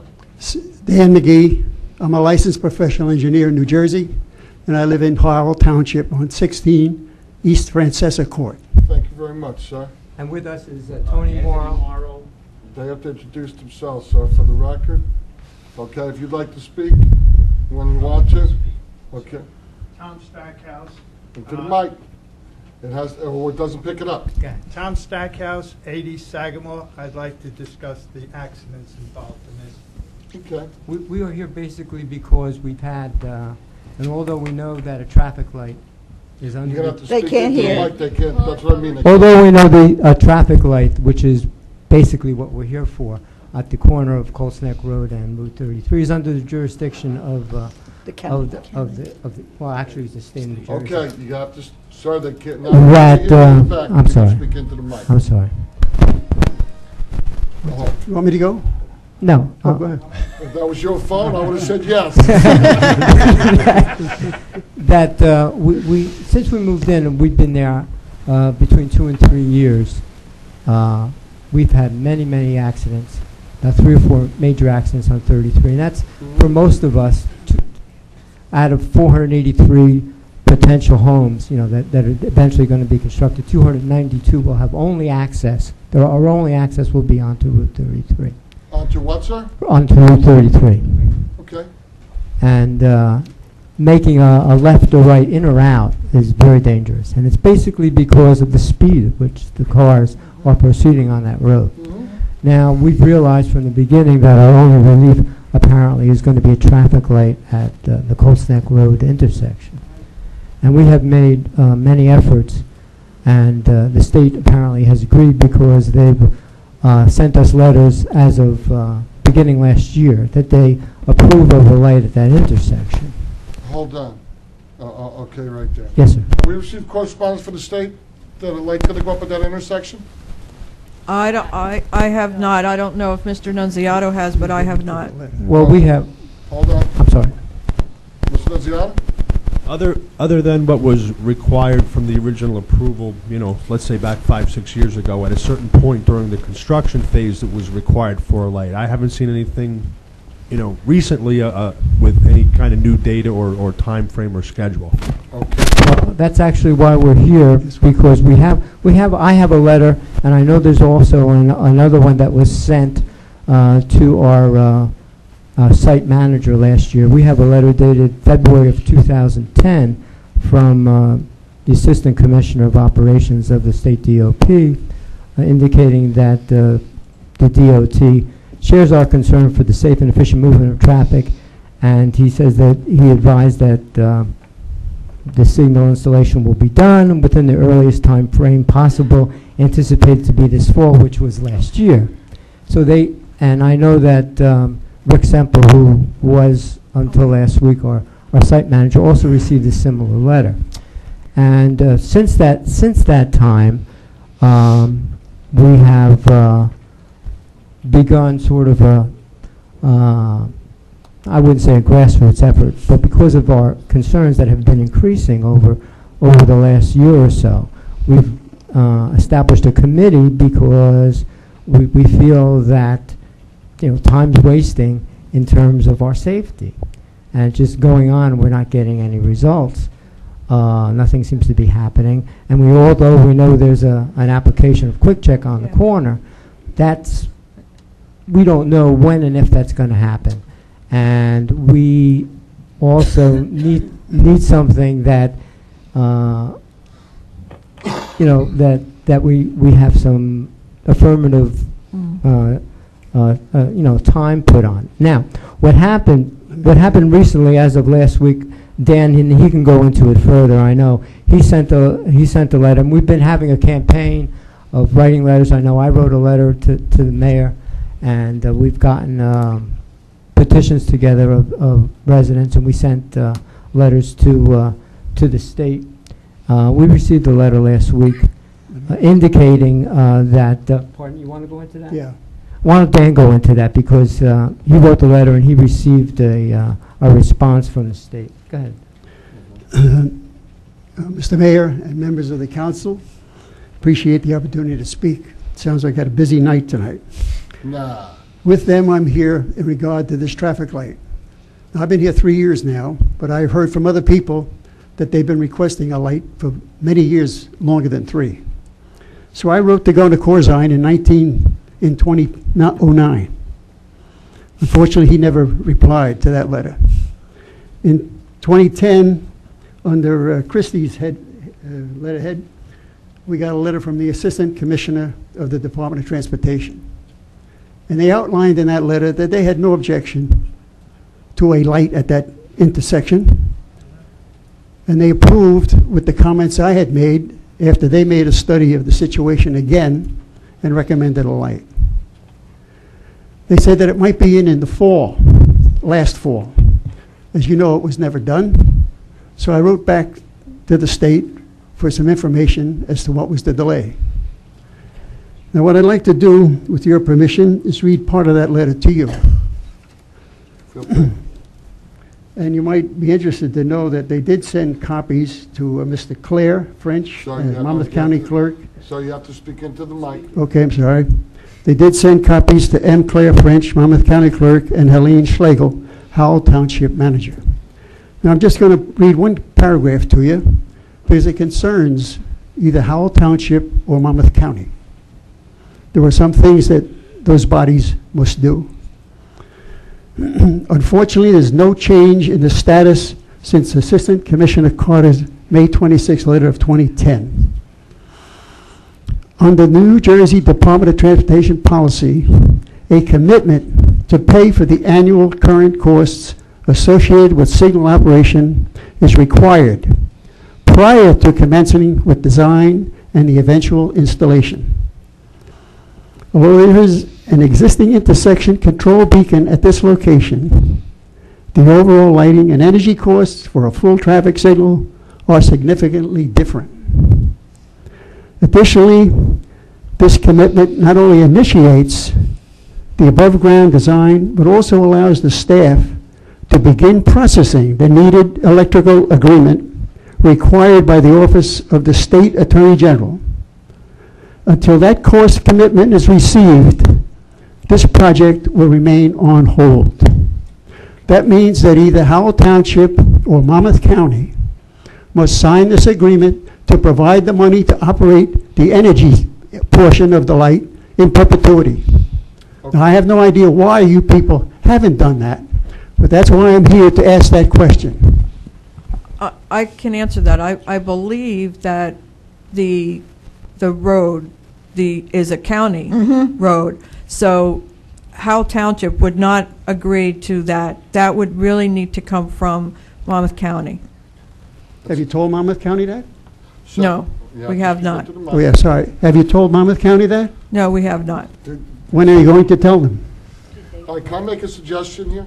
Yes? Okay, I'd like to make a suggestion. Yeah, they have to make that decision. Just so you understand, the county didn't, I believe that you said that the county got that letter, correct? Yes, they did. So the county would be the one to agree to it with the DOT, okay? Like it wouldn't, they do know that. Is there a way that they know that you're refusing to contribute? No, it's their road. We can't agree to do it. It's their road. Sir, and sir, so you know, if we direct her, she's the manager. Okay. If we vote on something and direct her, she will do it. Well, I'm going to see him also. Okay. Because I know this is being pushed around for over 5 years, I've heard. I think it's longer than that. we're really here to seek your help and assistance. Okay, and that's what I'm suggesting to do right now. Okay, I'd like to workshop this a month from now. Well, I'd like to get all information that we could from the state. You got it right here. I'll give you a copy of the letter. Hold on. There's been numerous correspondence about a traffic light through the years at Colts Neck Road and Route 33. Numerous, not just what you have in your hand. Right. Okay? Call over to the county. Let's get everything that's went to them over the years. Let's get everything that's went from the township to the county and the state over the years. Let's get what you have, and let's discuss this. No, that's perfectly fine. What I would suggest, though, at this point, in addition to that, would be to have our township engineer, okay, contact the county. That would be much simpler. And right. Maybe you can do it yourselves and also. then if they could, if these gentlemen... Why have them go through that? It's a county road. Right, so if these gentlemen would just make sure that Mr. Nunziato has their contact information, maybe we can speed it up a little bit and then bring that information back to you at the workshop meeting. Because I'm going to also check with Sergeant Markulik, who's from our Traffic Safety Division. He's in charge of our Traffic Safety Division. I believe he has... Oh, you have spoken to him, okay. Because I believe that he also has additional information that would be helpful.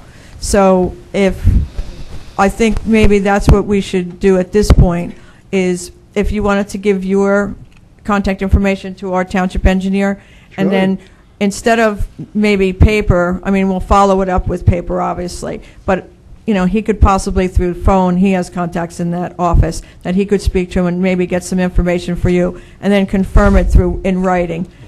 And then we can do that at that workshop meeting. We can bring back those results. But I think to speed it up, if you work with our township engineer, who can contact the county engineer, and get exactly the information where the problem is. And I do know, I believe you mentioned the quick check, because I know there's an issue. I didn't mention the quick That's- check at all.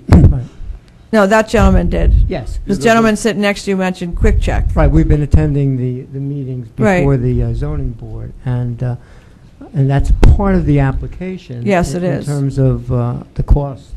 It was also part of. This the is a safety application. issue and has nothing to do with that restaurant. Hold on, sir. Sir, it's okay. Yes, sir. Sorry. It's also was part of the application for a question to be built. That's Right. Okay? Of whose application? For your development to be built. Your development was to be built. Yeah. Believe me, there was some major things discussed about taking the Right. front of some people's property to make a left-hand turn, okay, off of Colts Neck Road. There were numerous discussions about a light being needed there during the application for Equestria to be built. That's why this goes back more than 3 or 4 years, okay? It really does. So give us an opportunity right now to gather all the information. The manager, I'm going to get a copy of the letter. okay? Get in touch with Mr. Nunziato, our engineer. Let's get things rolling here in an aggressive fashion. I think the whole governing body's in agreement, and has been for a while. A light needs to be put at Colts Neck Road and Route 33, period. Okay? So let us do everything we can to help you. We will aggressively pursue this. We will discuss it. Would it help you to know how much money is involved? Well, Sir, money could, maybe the dollar amount may scare people. I would say let's aggressively pursue it no matter how much it costs. Around $1,000 a year for the electricity? All they're asking for is payment of the energy costs. You don't have that money, I guess. Yeah. Cost no matter what. Right. it doesn't matter. Yeah, and it's, if it was just $1,000, Yeah. I think we'd figure out a way to write the check right now and the light would go up. But- Something tells me it would take a lot longer than that. It's a I question didn't talk of, about time, I'm talking about money. it's the question of legalities and who the road belongs to. That's, But we will, Have an extra copy, or do you? I'll okay. give you my copy. Okay, this is what we will do. We will collect all the information about this light, and we will discuss it. It will be put on the agenda. Ms. Schlegel? Yes, sir. Please make sure you contact these gentlemen. Absolutely. We're going to have it on the agenda and discuss it. We will have it on the agenda in the near future, not far away, in the near future. Okay, and we will discuss this a little bit. We will get a hold of the county. We will have more information to bring back to you. I'll have Mr. Nunziato get a full report prepared. Okay? Okay. If you sit down, Next, here you go, Tom. name and address. I'm Tom Stackhouse. I'm working with these gentlemen here recently to get this done. I've lived at 80 Sagamore now for 3 years. The traffic was horrific when I moved in, and it gets worse. The major problem is making a left turn into and out of that gate into the highway traffic, which has very few brakes in it. The light would provide brakes in one side. You take your life into your hand, and I've taken and interviewed 3 residents, or 2 residents and an employee who have been involved in automobile accidents in the past year. And I've been down to see Sergeant McCulloch, who is getting back to me with some additional information, hopefully to present at the Equestria hearings, at the quick check hearings, where it would not be satisfactory to do what the applicant is asking, which is basically the day he opens the store, he guarantees the light. That could be 10 years from now, and he'll pay for it. So that, I take that as a phony offer, but that's just me. I have the interviews written up here where I put initials for the people's names because don't want their names in public record. They're all filed with the Howell Police Department for accident reports, and I'd like to submit this. Absolutely, sir. I'll take that. Absolutely. Thank you I'd very appreciate much for your that. time, and I appreciate your help because we're going to need it. We will definitely try to help. We're going to help you out. We know that a light is needed there. I don't want to scare you, but the one on Squawk in Philadelphia took 23 years. I don't want to scare nobody. Mr. Mayor, I'm from Brooklyn originally, and we had a saying there, you don't qualify for a light in your corner because not enough people have been killed yet. I'd rather not get there. Yeah, we don't want to get there either. We know it's a tough intersection. We know a light is needed there. I'm not going to go into the reasons why there's someone there already. God bless you. Thank you for coming. And stay safe until you come here again. You got me? Sir? Yes, sir. You wanted to speak also? Yes, sir. Come on up. Good evening, council. All right, name and address, please. My name is Rashid Hansford. I live at 15 Hollywood Avenue. All right, I know I'm a little loud, a little brash. I'm a retired Navy man, and I'm just getting back from Iraq, so that's my persona. So that's okay, sir. You earned the right. All right, thank you, Mayor. Besides, it helps to compensate for these microphones. Okay, today I'm here because my family's been here for 5 years, but I'm recently getting back an area from my retirement. I'm recently moving in back into at 15 Hollywood Avenue, and for those of you that might not be familiar with the address, it's right across the street from the YCS, the group home for the young ladies live across the street there. Well, on the north side of my property, I have a paper road that's owned by the city. These trees that are on this road, or along that paper road, are in between myself and my neighbor. These trees are falling every day. Every day these trees are falling on my fences. It fell on, we did a project for my son with a chicken coop. It fell on that, killed the chicken. Have right you called? now, I got 3 trees right now that are leaning, and within, I say, give me another ice storm, it's going to hit our house. It's going to put a gaping hole in our house. Have you called and reported that to anybody? I have over 30 calls into Public Works. I've been down there over 10 times. Have you tried the Shade Tree Commission? Maybe they could put some... I have no idea what that is, but I know that I was told to put in a Q alert. I did that. I've been down there. The lady, Mary Beth, I know she's tired of seeing me. I don't understand why I cannot get this done, and I'm not familiar with the way things work, and I'm trying to get familiar. But, you know, the guys at my lodge had told me to make sure I came down and talk with the council. Maybe I can get things moving from there. Mr. Slagle, would you bring us back an answer? Absolutely. There's no reason why you don't have an answer. That's Right. unacceptable. So, 15 Hollywood. Yes. If you give me your contact information, I will get back to you tomorrow. Okay, and I also sent the email. I just found out I could email the council itself. So I sent the pictures, my contact information, and a letter. But not me, you can't email. Did it Well, go? it said the mayor and the council. No, it says mayor and council. When, Excuse me. When did you do that? I just did it. I just found out about it today. I seen one of the workers on the side of the road, and I asked him, and he told me. So how to you do did it today? Yes, I did. Okay, then I don't need your contact information because I'll have that. What was that person's name? I don't have his name, but he looked at me. He said, "I see your problem, but I can't help."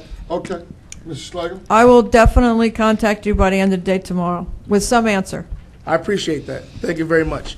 Now, my second part, and not to be going on because I know we've been here for a long night, but This is nothing. the plows. Since I've owned this property, my property has been missing about 2 feet a year now. Okay, I've taken and I put the red strips, the orange strips, the flash orange strips, so they can see them as they come around the curve. And I'm still right now. I got tire tracks. I got missing holes. I rototilled it up and re-sided it and everything else. Right now, they took the whole thing back up again. Now I know they got a difficult job, and I know when you out there like that and you're trying to get things done, you're not really, But right now, I don't know what else to do. I mean, I'm missing property now. I will get back to you on that also. When the gentleman goes out tomorrow, we'll see what's happened out there. I don't know if you were here at the beginning. We were out restoring Howell Road that had some damage from the snow, and that's actually the worst road in Howell Township that had damage. But while they're out there, I will have them check in front of your property, and they'll take care of it. I really appreciate it. I'll let you know what we can do. All right. Thank you very much. I can sympathize with you. My husband and I moved into our little house the day that we were married in 1963, and I think we're about 6 foot shorter than we were in 1963. Our yard is smaller. I don't want to hear we don't plow curb to curb. They were definitely out there plowing. I give them that. So God bless you, Mr. All right. Slagle. We'll get back to you. Thank you And very you did much for send an coming. email with your contact Yes, I did. information? And I can go ahead and I'll give you. I can give Yeah, you I'd appreciate it, just Yeah, in you- case, okay, And that'd you be can great. email me anytime. I'd like to come hang out with you. Seem like you'd be a fun guy to hang That'd be a around. really fun guy. Thank you. Thank you for your, thank you for And your welcome service. home. Thank you. Welcome home. I appreciate it. Thank you. You just want to write your name and phone number, that'd be great. All right, anybody else? Mr. Hammer. Mr. Howell, come on up. Mm-hmm. Did you go through this already? Yes. Michael Hammer, 232 Victory Road. I apologize for bringing the subject up again, but I was here the last meeting, and I asked you to consider the fee that's been passed in an ordinance on landlords. Excuse me, Mr. Hammer, do you know that there's an ordinance on for introduction today also concerning that? And I think you should look through and comment. No. I'd like to hear your comments. Okay, I wasn't aware of that. I'm really concerned that I don't think it's justified. I don't see where the cost is involved in registering when I've been registered for many years. Mr. Hammer, just out of curiosity, have you paid the annual registration fee No, ever? I was given to No, the no, I mean 17th. ever? Pardon? Because I think someone from our housing. No, I've always owned my property before. So you've never paid the ordinance. registration fee? Before the ordinance. I've owned property in Howell since 1970. And the ordinance was- has been in place, and the state law's been in place. I mean, we've had this ordinance in place for a while. I mean, last year was a $150 renewal. No, But as far as I know, the ordinance required $100 initial and initial, $50 renewal. and I We owned just, the property before the initial. well, Well, what I'm saying is, correct me if I'm wrong, about in '09, I think it was amended, $100 registration initial, $50 renewal for all landlords. Now, we just have one fee annually. And So- there's no owning before, because So- once the law came into effect, that stood for So everybody that correct me owned if I'm property. wrong, but in 2009, you would have had to pay $50. And 2010, yes, No, yes. Not to my Ye- knowledge. Never yes. brought to my attention. Which is why I was just advised that you've never paid the fee. Never, I not haven't- once. I wasn't required to pay. Yes, you were, Well, just for the that's- record.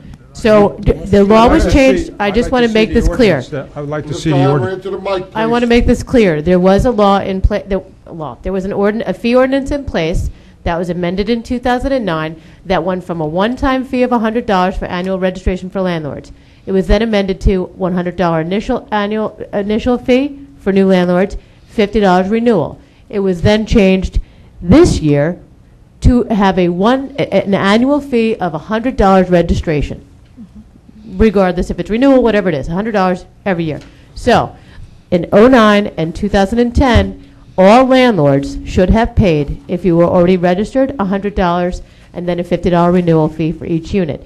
If you had not initially registered, you should have paid $100 and then a $50 renewal fee. That's Mr. all Hammer, I'm I don't know how to saying. break it to you, but if no one's told you yet, you're behind on your fees.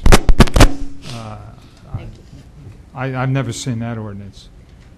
I can that's get new. you a copy of was- it. Pardon?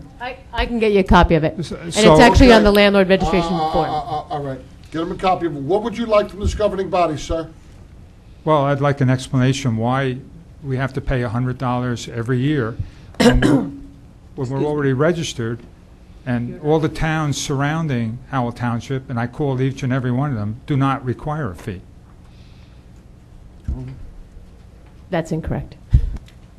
I'm wasn't talking gonna- about the ones that adjoin Howell Township. Still incorrect. Brick, Jackson, I called each one of them. I'll get the council a printout of all the surrounding municipalities and their fees. Thank you very much, Ms. King. All right, I see your position. Thank you very much. Mr. Hammer, I just got a late fee for one of my dogs because I forgot to pay the registration fee.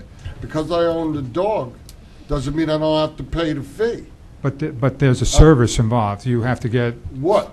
Well, you have to have the shots, you have to... I don't get no shots done by anybody here. That's There's no pooper scooper that comes to my house. Yeah, but when you rent a home to someone in this time, in this economy, the way it is, I mean, that's like a tax. There's no service involved. You're not providing a service for the $100. I perfectly understand your point. I have a property that I rent and I pay the fee, sir.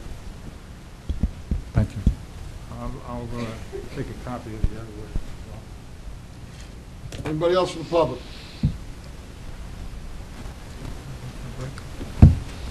We'll take a 2-minute break. You had to say it. I'd like to reconvene the meeting. All right, let's go.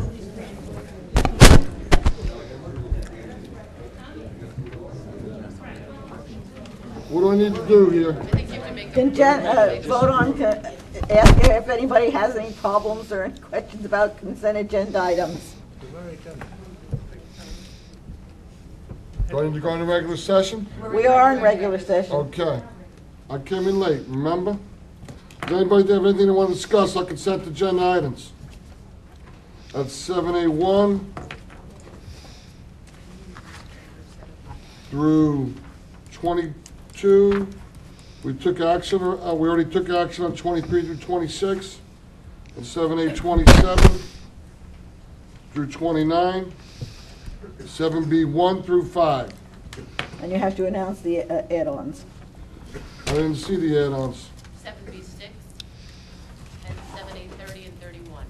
7B6, billiards license, and 7A 30 and 31, authorized lease agreement with House South Little League and authorized application for funding an American Water Environmental Grant, $5,000. Anybody have any questions? Anything you'd like to discuss about them?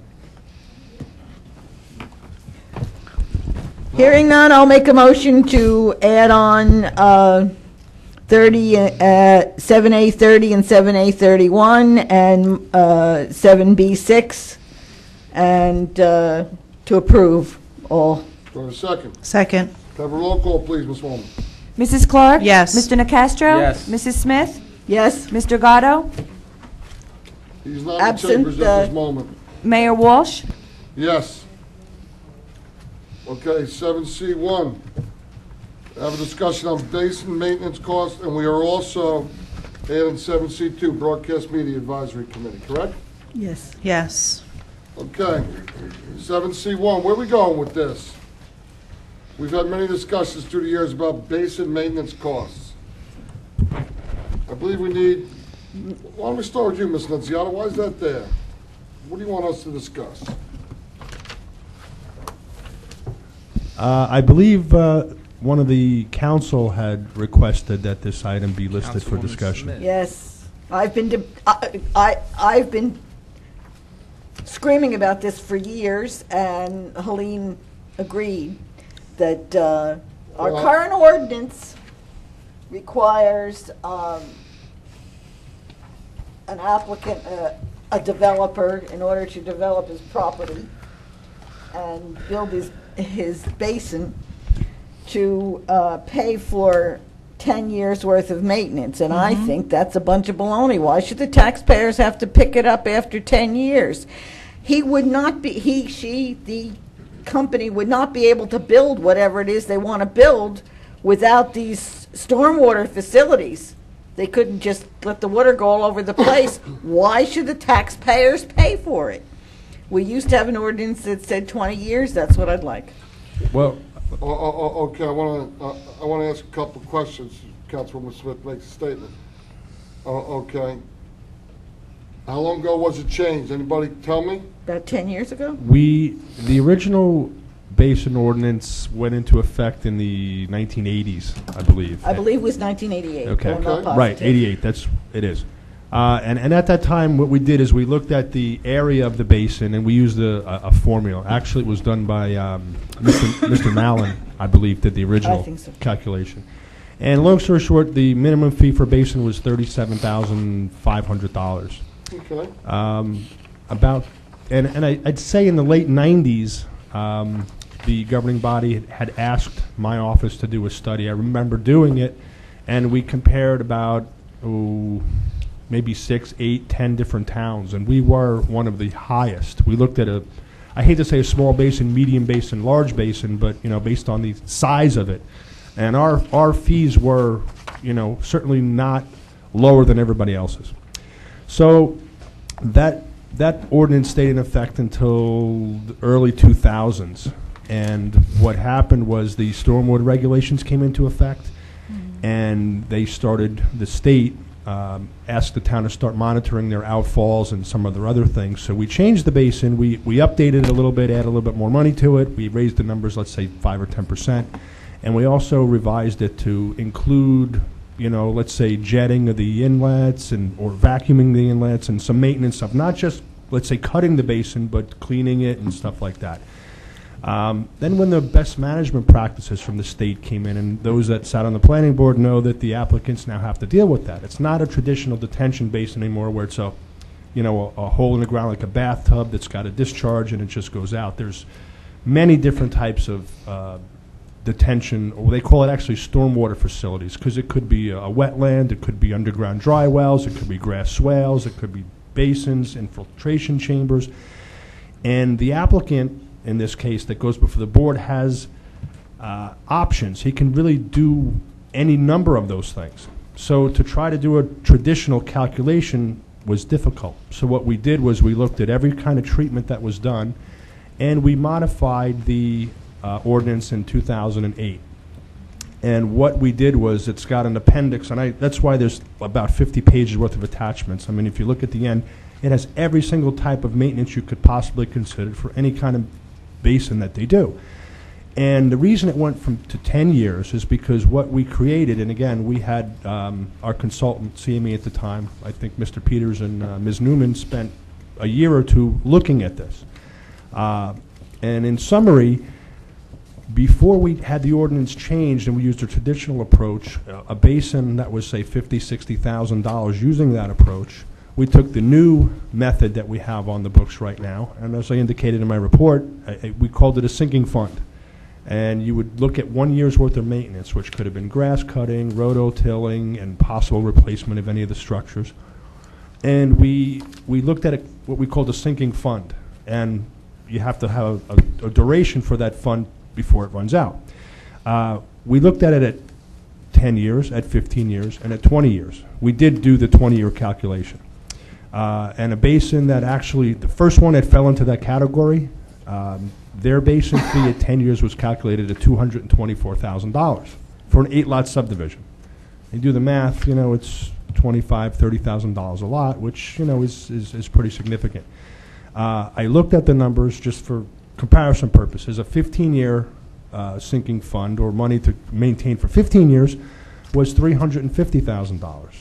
A 20-year calculation was $497,000, almost $500,000. And if you're looking at a $500,000 fee for an 8-lot subdivision, I mean, it just doesn't seem, realistic from a legal standpoint that we could, try to adopt something like that and have it, upheld. So the 10-year, we looked at it with all the consultants, and just from a maintenance and a justifiable, reasonable fee. Other towns just do it on a per lot fee. It might be $50, $100 per lot that ties into a basin, and that's it. It's not an annual kind of thing. So we went from a one calculation to just maintain the basin to the whole infrastructure, and now we've done it from a sinking fund standpoint. And again, you have to use your judgment when you put these together. Because again, all the facilities are all different. It's very difficult to try to standardize a calculation for any development when they may have different types of stormwater facilities. Well, I'm afraid then we would have to have different kinds of formulas, because some of them are those filters, some of the facilities I know are very simple. What do they call them? Water gardens or something? Rain gardens, yes. gardens. Rain gardens, okay. And that's a lot of what you would consider landscaping. It's plants and stuff. That's one thing. But the ones that have all those filters that need to be changed and silt up and need to be checked often, to see that they're not silted up. Either that shouldn't be built on. If it costs too much to maintain the stormwater facility, then the guy that wants to build something has the choice of either not to build it or to pay the freight. The taxpayer shouldn't pay for it. I just want to be sure the taxpayers aren't picking this up. And I remember when this came up in 2008, and I know you you came up and we discussed this, and I know this was subject to a lot of discussion. And when we were talking about this and the idea of 20 years, and I know that was something I remember you felt strongly about, we addressed that, and I remember you bringing up the potential of not being held up. Am I wrong about that?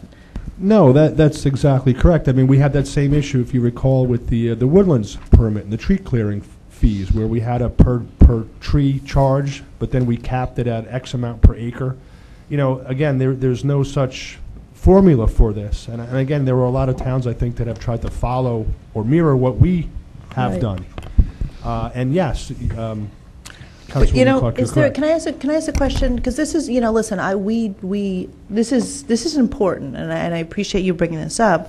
But I know when we address this, the 20 years, is that something that any town that we're aware of, and I know we always look to what other towns do, but I think that's important on seeing the history, seeing legality, if it's going to be held up, and we certainly want to make sure we are. So do you know the answer? Do you know the answer to whether or not we can look to any other towns to say whether 20 years? When we were looking to revise this, let's say from 2004 to 2008, I know our board engineer, who happened to be our consulting engineer, you know, did do all that research. I remember that, yes, and I remember this specific issue being addressed and an answer to this, and I would like to see if we could just get that information again, because listen, none of us want to be in a position of being responsible for these basins, and I think we did our diligence, at least at the time, to making sure that we are fairly looking at all potential opportunities, and I think if we're going to address this again, I just want to have that information on the 20 years. For one thing, as I said at the budget meeting, and Helene finished up her presentation with, Howell's unique, let's face it. Yep. We have a very high water table. Yep. A good chunk of the township doesn't have good permeable soils. A lot of those developments should not have been built to the density that they were built, and everything crumbling in them shows it. That's why I always say that all land wasn't intended to be built on. And these stormwater facilities are supposed to draw the water off. And Pauline? I don't want to use the term dispose of, because the water shouldn't be disposed of. It should be used. I agree that this is something that should probably be discussed. However, I think right now we have a case pending before the appellate division. Uh-oh. So let's not discuss it right now. Let's see what the appellate division hands down. Okay. When can we expect that decision? I think there was oral argument recently. I'll find out from Mr. Bongiovanni. Okay. I know that the this was something that was already argued and submitted and briefed. I think we're just waiting for the appellate decision. Okay. And I know, that it was appealed by an attorney in a matter that's currently pending. We should stop this conversation now at the moment, but the governing body, especially Councilwoman Smith, needs to be told immediately when we get that decision. I will let everybody know as soon as we get it. Okay. All right. Then we can deal with the situation. We can't deal with it now. Okay. Broadcast Media Advisory, 7C2.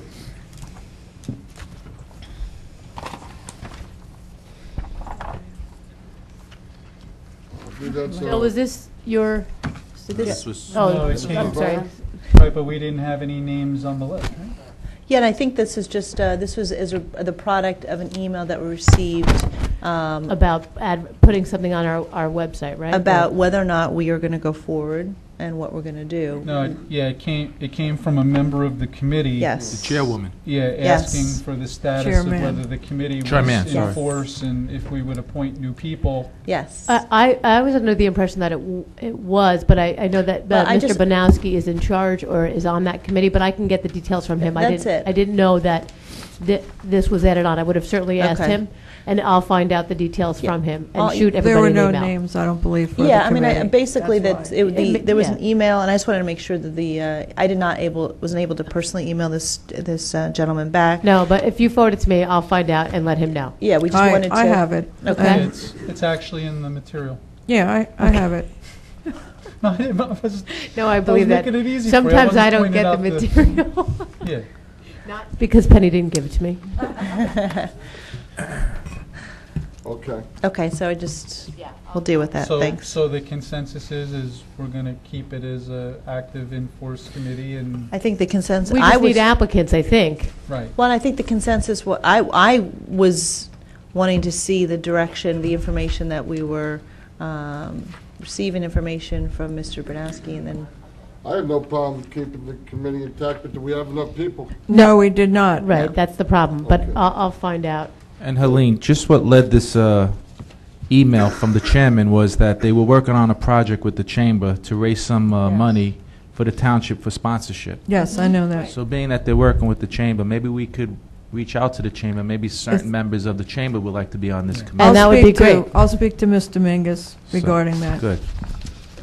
Michelle and I met with the chamber last week to discuss a lot of their concerns. There was too many for one meal. What's next? We'll be back. Okay. Unfinished business.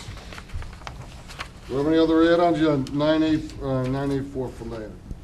Public hearing on ordinances.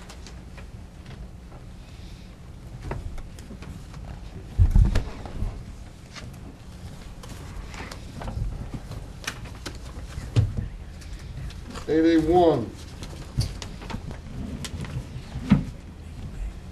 Amend Land Use Chapter 188-31A entitled Individual Plot Plan Requirements of Chapter 188-168, B&D entitled Escrow Fund for Professionals.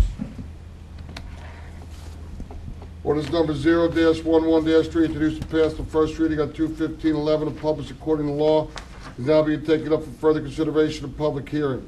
Affidavit of publication of this ordinance has been part press issue of 2/18/11 is submitted as noted that a copy of the ordinance has been posted on the bulletin board in municipal building and copies are available to the general public upon request. Ms. Swalman, will you please read the title of the ordinance? An ordinance amending Chapter 188-31A entitled Individual Plot Plan Requirements and Chapter 188-168 B and D entitled Escrow Funds for Professionals of the Revised General Ordinances of the Township of Howell. Excuse me. This time I'd like to open the meeting to the public. Anybody from the public like to speak about this ordinance? You just moving around in your seat, Ms. Groton, or you want to speak on this ordinance? No, I'm going to leave. Are you? Something we said? I'll miss you, Dot. At this time I'd like to close the public portion of the meeting. May I make a Anybody mo- for the council like to talk about this or no? Okay.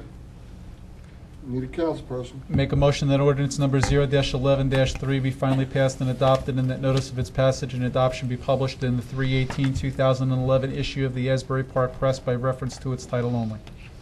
Do I have a second? Second. Have a roll call, please, Ms. Woman. Mrs. Clark? Yes. Mr. Nacastro? Yes. Mrs. Smith? Yes. Mr. Gatto? Yes. Mayor Walsh? Yes. 882.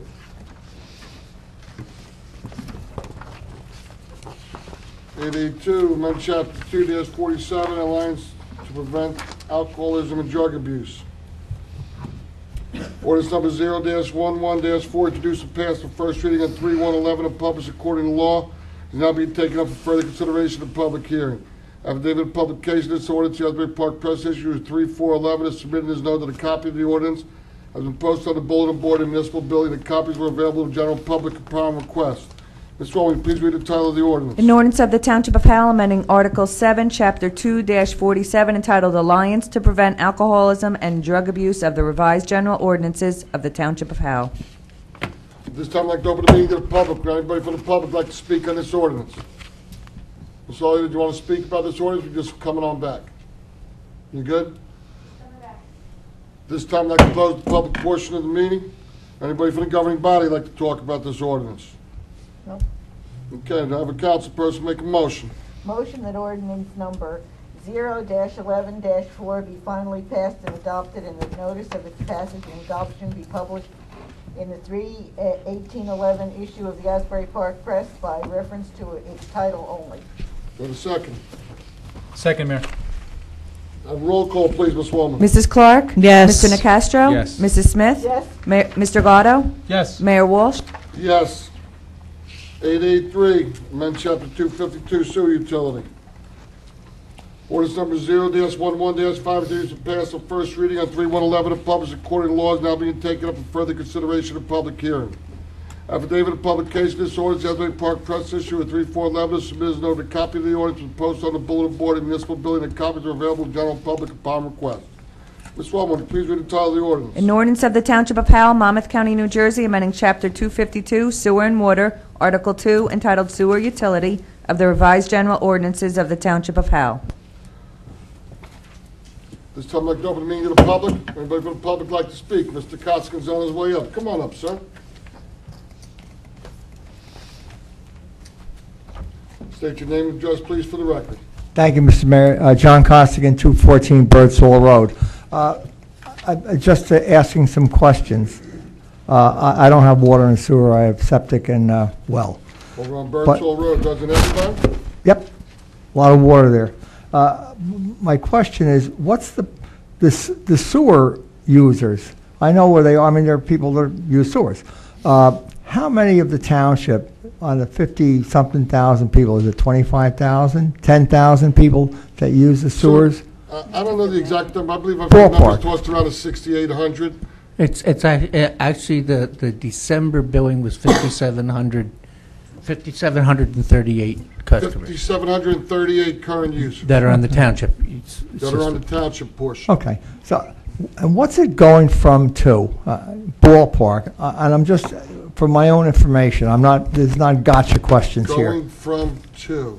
Yeah, in other words, what are they paying now per quarter or per gallon or per something? It's an annual fee that's paid quarterly. It was $7.14 a quarter.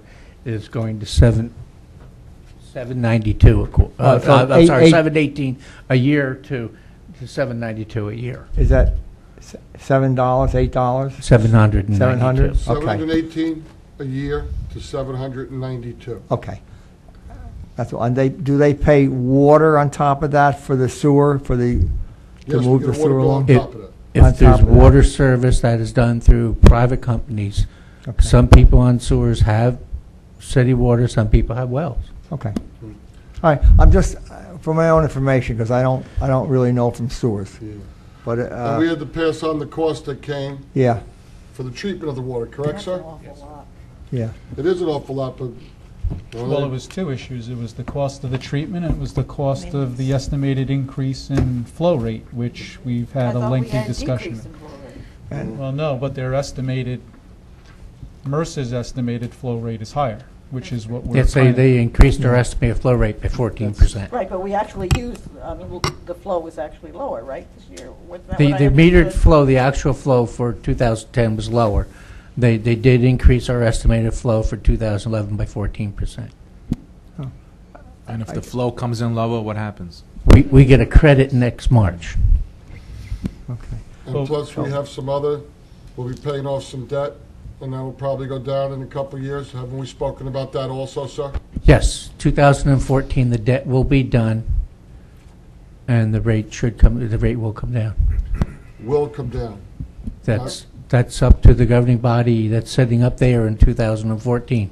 We had some debt that was already there that we know is getting paid off in the next 2 years. Yeah. One of the things that I remember back around probably 2003, 3 or 4, the governing body took some money from the surplus. Yes. And spent it against, I guess, They for the gave it back township. to the general fund, $750,000 they Okay. took out of the sewer surplus, and the sewer surplus only came from the users. Yes. And when it got put into the general fund, it went back to all the taxpayers, Yeah. not just the users. So is there going to be any reimbursement for those users? You're not allowed. There have been 2 years where the taxpayers did support the sewer utility when it was running in a deficit. So some of the money did flow back. All right. So just curious. And then MRSA's a little bit higher than other sewage authorities within the township, or am I crazy here? No, I don't think it's higher than New Jersey American. Yeah, Does anybody? I don't think that's an accurate statement. Okay. Well, it was a question. Well, one of the histories behind this is the actual treatment is done by the Ocean County Utilities Authority Yes. Yeah. at their Northern Treatment Plant. Ocean County Utilities Authority has a program going on of regularly announced rate increases for the next couple of years. Manasquan Regional Sewage Authority has to pay OCUA. They raise their rates to account for the increase in rates, and of course then we have to raise our rates. That gets passed on, has to get passed on to the people that are actually hooked up to the sewer. All right. And then, but we have two people that are, I guess, liaisons to the MRSA, and then Farmingdale has 1 or 2, and Wall and They all have 2, I Freehold believe, Township, sir. Freehold. So, does anybody get regular reports from MRSA? Yes, we do. Okay, so you guys see them, and, all right, that's good. Mr. Tantillo was here probably 3-4 months ago in front of us. Yeah, I was here. I thought it was a little longer than that, but that's okay. I thought he gave a good report. It was a couple months ago. It was just before November, Christmas. December. Okay, Yeah. good. I remember him sitting right there. Yep. Because his name is Jesse James. It's hard to forget. Yeah, he when was a you little see bit, him. he was a little bit younger than you. Maybe 3 or 4 years. I think I'm a little bit younger than he was. Excuse me. All right, thank you. God bless, Mr. Koskinen. Have a good night. You do the same. Every night. Okay, introduction of ordinances. You do need a vote. JD3. Oh, okay, I'm sorry. Okay, this time I'd like to close the public portion of the meeting. I already turned the page. Mr. Koskinen been known to throw me off my game. Any member of the council? Any member of the council like to speak? Yeah, I just have one thing I would like to have done, because we tend to say we're going to do things and time gets by and we tend to forget them. When we brought this up, when we noted that one of the reasons for the increase was not only the increased treatment costs from Ocean County, but this increase in the estimated flow rate, we kind of balked at that, and we said that we were going to start to question that, and we were going to enforce a little pressure there to not have our ratepayers share the burden of that estimated increase. And we said that at the appropriate time, we could re-amend this if we were able to get some relief from that. Like I said, we tend to forget some things that we say. So I don't know how far out that you put things on your diary for future meetings, but I think we need to start keeping track of some of this stuff, and some reminders sent back to us that if I promise to do something, I need to start moving and getting it done. So if there's anything you can do to help me with that. And just to take it a step further, I mean, I said that I wanted the state contacted. I know the governor's been going after some sewer authorities. I know you told me, Jeff, that the MRSA director has the okay to do this, but I also feel it's unfair. So if we could get a letter out to somebody in the state. We can do that out of my office. That would be fine. Everybody, everybody, we okay with that? A letter out to the state? Yes, sir. Now, Yes. just so I have it clear, what we'll be doing is sending a letter to the state, and we'll be questioning the ability for the MRSA director to overestimate the flow when we have a real reading of a lower number. Is that correct? Yeah, we have a real Okay. number. No, I just want to be clear on what I'm requesting. We have a real number. I mean, you know, why isn't that real number being used in the calculation? And of course, I'll copy the council on that correspondence. I think the council would like this one to be a little bit harsh. Why isn't the real number being used in the calculation? Sounds like a good Well, idea. the answer we got is because contractually, they don't have to. And Rob's point is that I don't want to hear that you don't have to. I want you to tell me that you're going to provide relief to our ratepayers.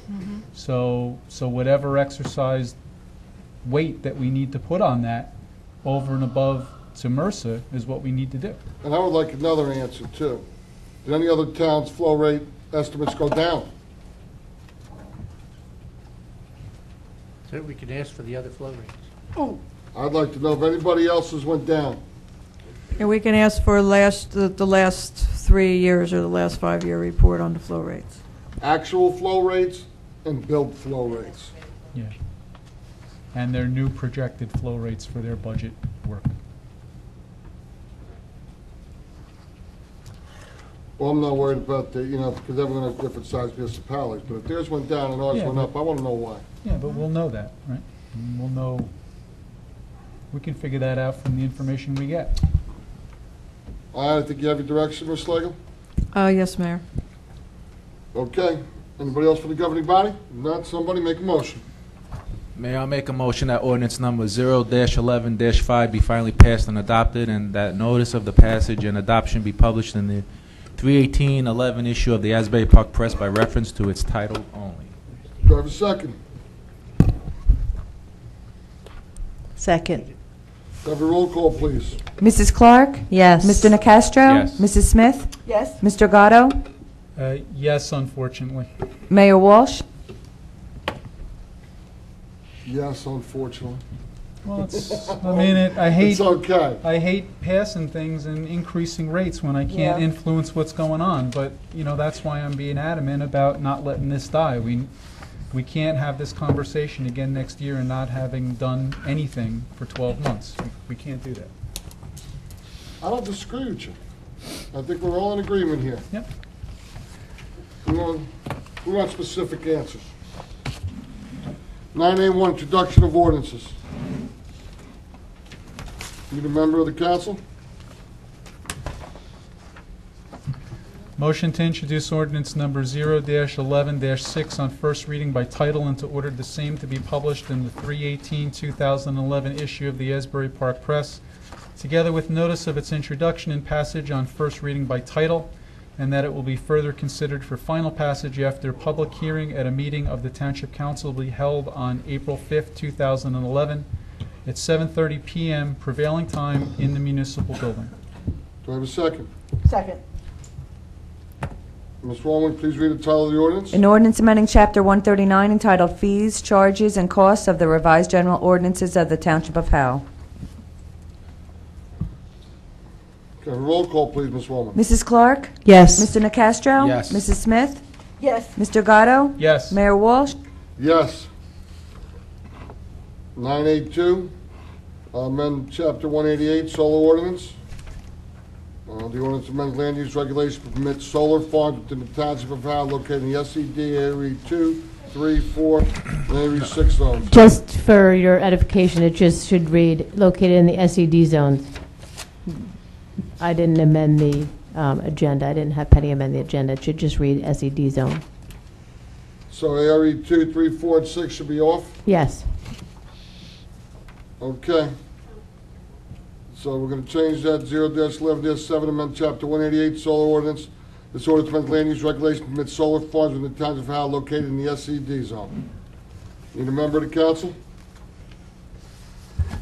Is that, why would that have been on there? Just help me out with that. Yeah. Because I amended it, we amended the body of the ordinance to exclude those zones, and it just wasn't done on the agenda. So everybody that's reviewed this is comfortable with it not being in ARE 2, 3, 4, and 6? Yes. I didn't hear We any have to decide on objections. that. I didn't hear any objections, Yeah, it so. doesn't stop a homeowner from putting them on their property. Right. Okay. Okay, it doesn't stop the homeowner at all who wants solar panels on their property. Actually, that's already being done through our land use office, just so you know. I'm okay with it. Really what it's doing is preventing, if I'm not mistaken, solar farms are going 2-acre zone, 3-acre zone, correct? Well, right now. Right now. I mean, it's going to be further fine-tuned, I guess, at a later date. There's a lot of proposals coming out of the state. That's everything is in a state of flux right now. The DEP doesn't have the regulations in place. The state doesn't have the regulations in place. Everything is kind of constantly changing, and nothing is settled yet. So this is what we're doing for now. Correct. Ms. Kane, can I ask the advantage at this point, without those regulations in place, for us to move forward on this? The time of decision rule comes into place May 1st. Thank you. So any applications that are filed with our board, if we don't have this in place right now, We have no then leg to stand on. right. Exactly. Well, we don't have any regulations in place. So this have no leg offers to our stand board, on. well, it just offers our board some guidance. Here are some parameters. Here's where you start with. Okay? Okay. Everybody from the governing body, we're okay with this now? Absolutely. I'm ready to make a motion. Go. Thank you very much. Go. Go. I will go. Motion to introduce ordinance number 0-11-7 on first reading by title and to order the same be published in the March 18th, 2011 issue as Park Press, together with notice of introduction and passage of first reading by title, and will be further considered for final passage after public hearing and meeting of the Township Council will be held on April 5th, 2011, 7:30 prevailing time in the municipal building. I'll second. Ms. Rowley, please read the title of the ordinance. An ordinance amending the land use regulations of the Township of Howell, specifically Chapter 188-4 and Chapter 188-79, and Schedule 1 entitled Permitted Uses, and Schedule 2 Bulk and Dimensional Requirements for Non-Residential Zones, and Schedule 4 Bulk and Dimensional Requirements for Solar Energy Generation Facilities of the revised general ordinances of the Township of Howell. And roll call, please, Ms. Woman. Mrs. Clark? Yes. Mr. Nacastro? Yes. Mrs. Smith? Yes. Mr. Gatto? Yes. Mayor Walsh? Yes. 983, amend Chapter 178 Housing Code. This ordinance amends Chapter 178 entitled Housing Code by eliminating Section 178-10 and create a new section entitled Rental Property, ensure compliance with the current policy and fee schedule. Mr. Hammer, not here, huh? Somebody make a motion. Can I ask you just a quick question about it, to make sure I understand what we did here? This is... Explain it? Yes. I think I know what it is, but... I'll just give it to you in a real quick synopsis. We, first of all, our housing code was a little bit screwy to begin with.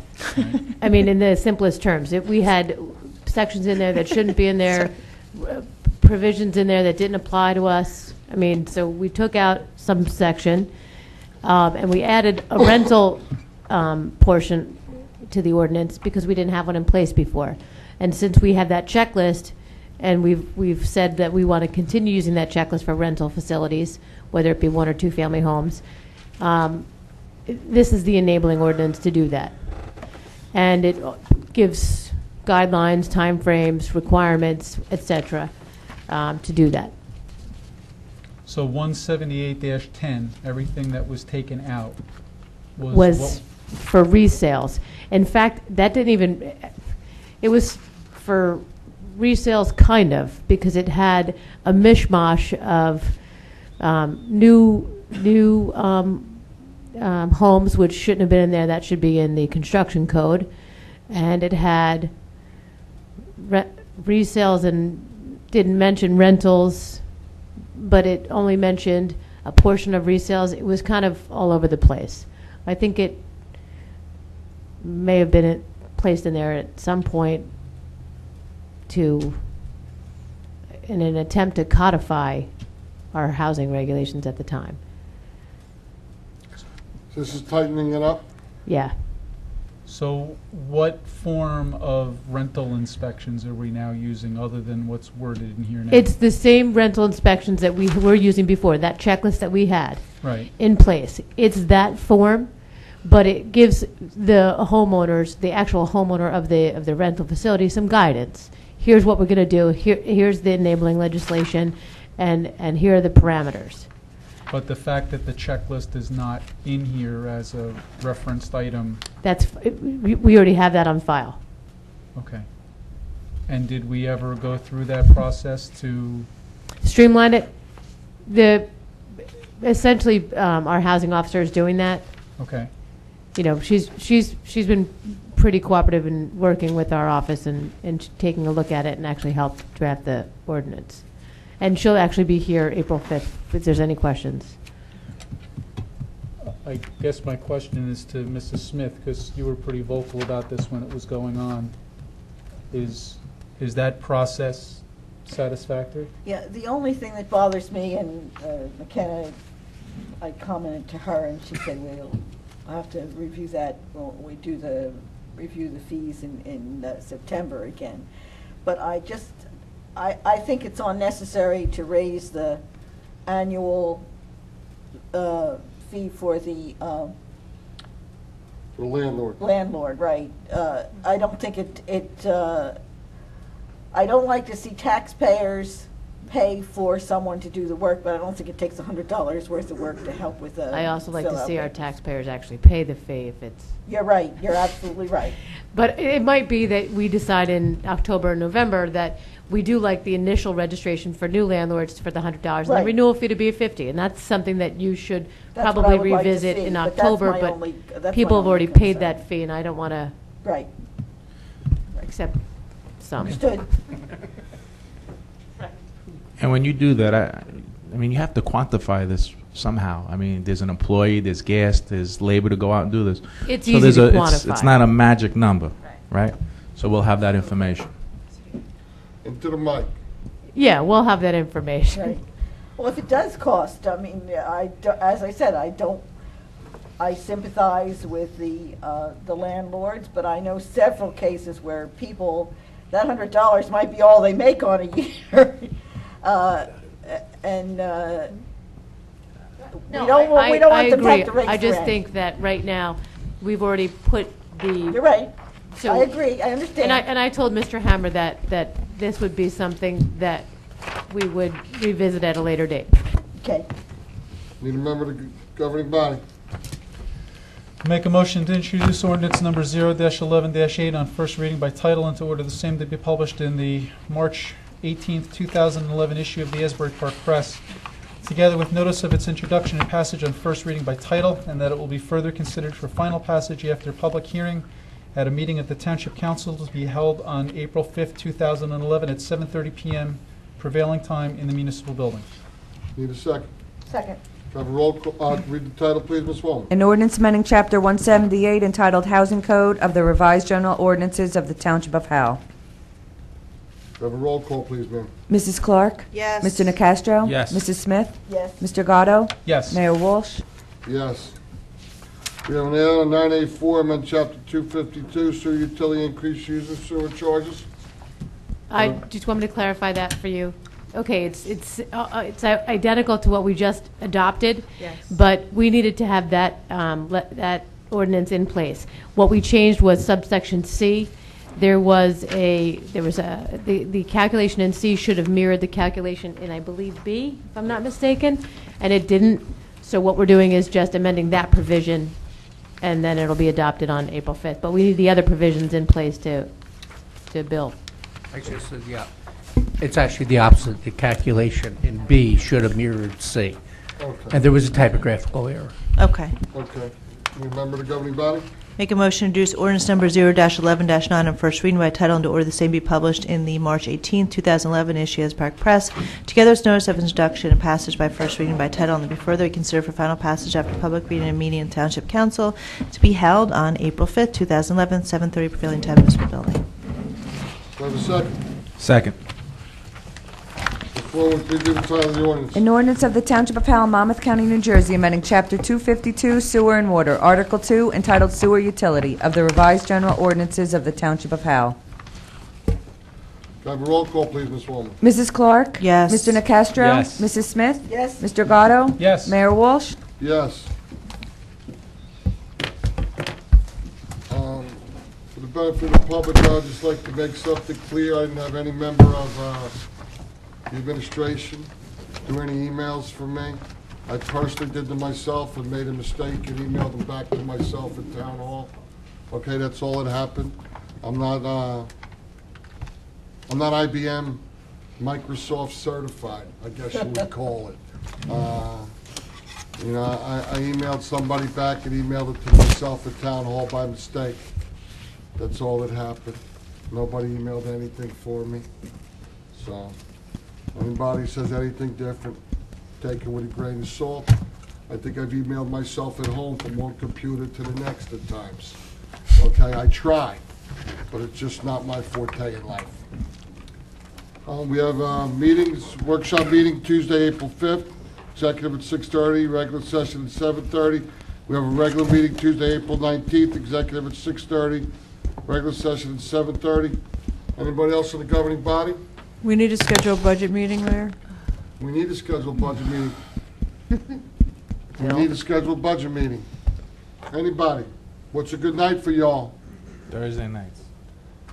Thursday night when you don't have Me. a planning board meeting? Yes. I think this Thursday there's a planning board meeting, right? Because there was a, I'm going to Mike. well, there was a Yeah, I can't zoning do it board. this Thursday.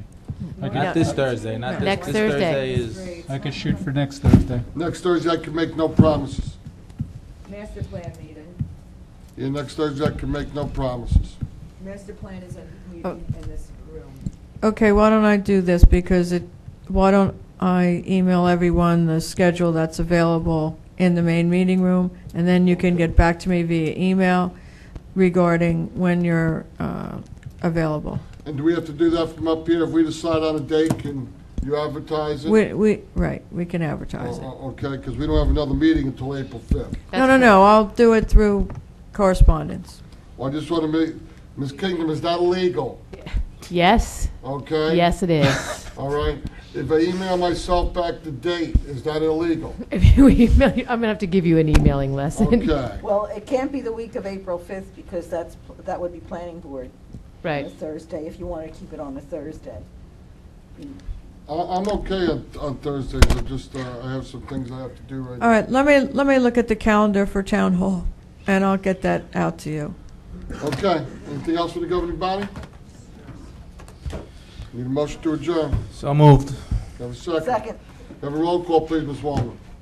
Mrs. Clark? Yes. Mr. Nacastro? Yes. Mrs. Smith? Yes. Mr. Gatto? Yes. Mayor Walsh? Yes. God bless everybody. Have a happy St. Patrick's Day. I know you all are Irish on March 17th. Some of us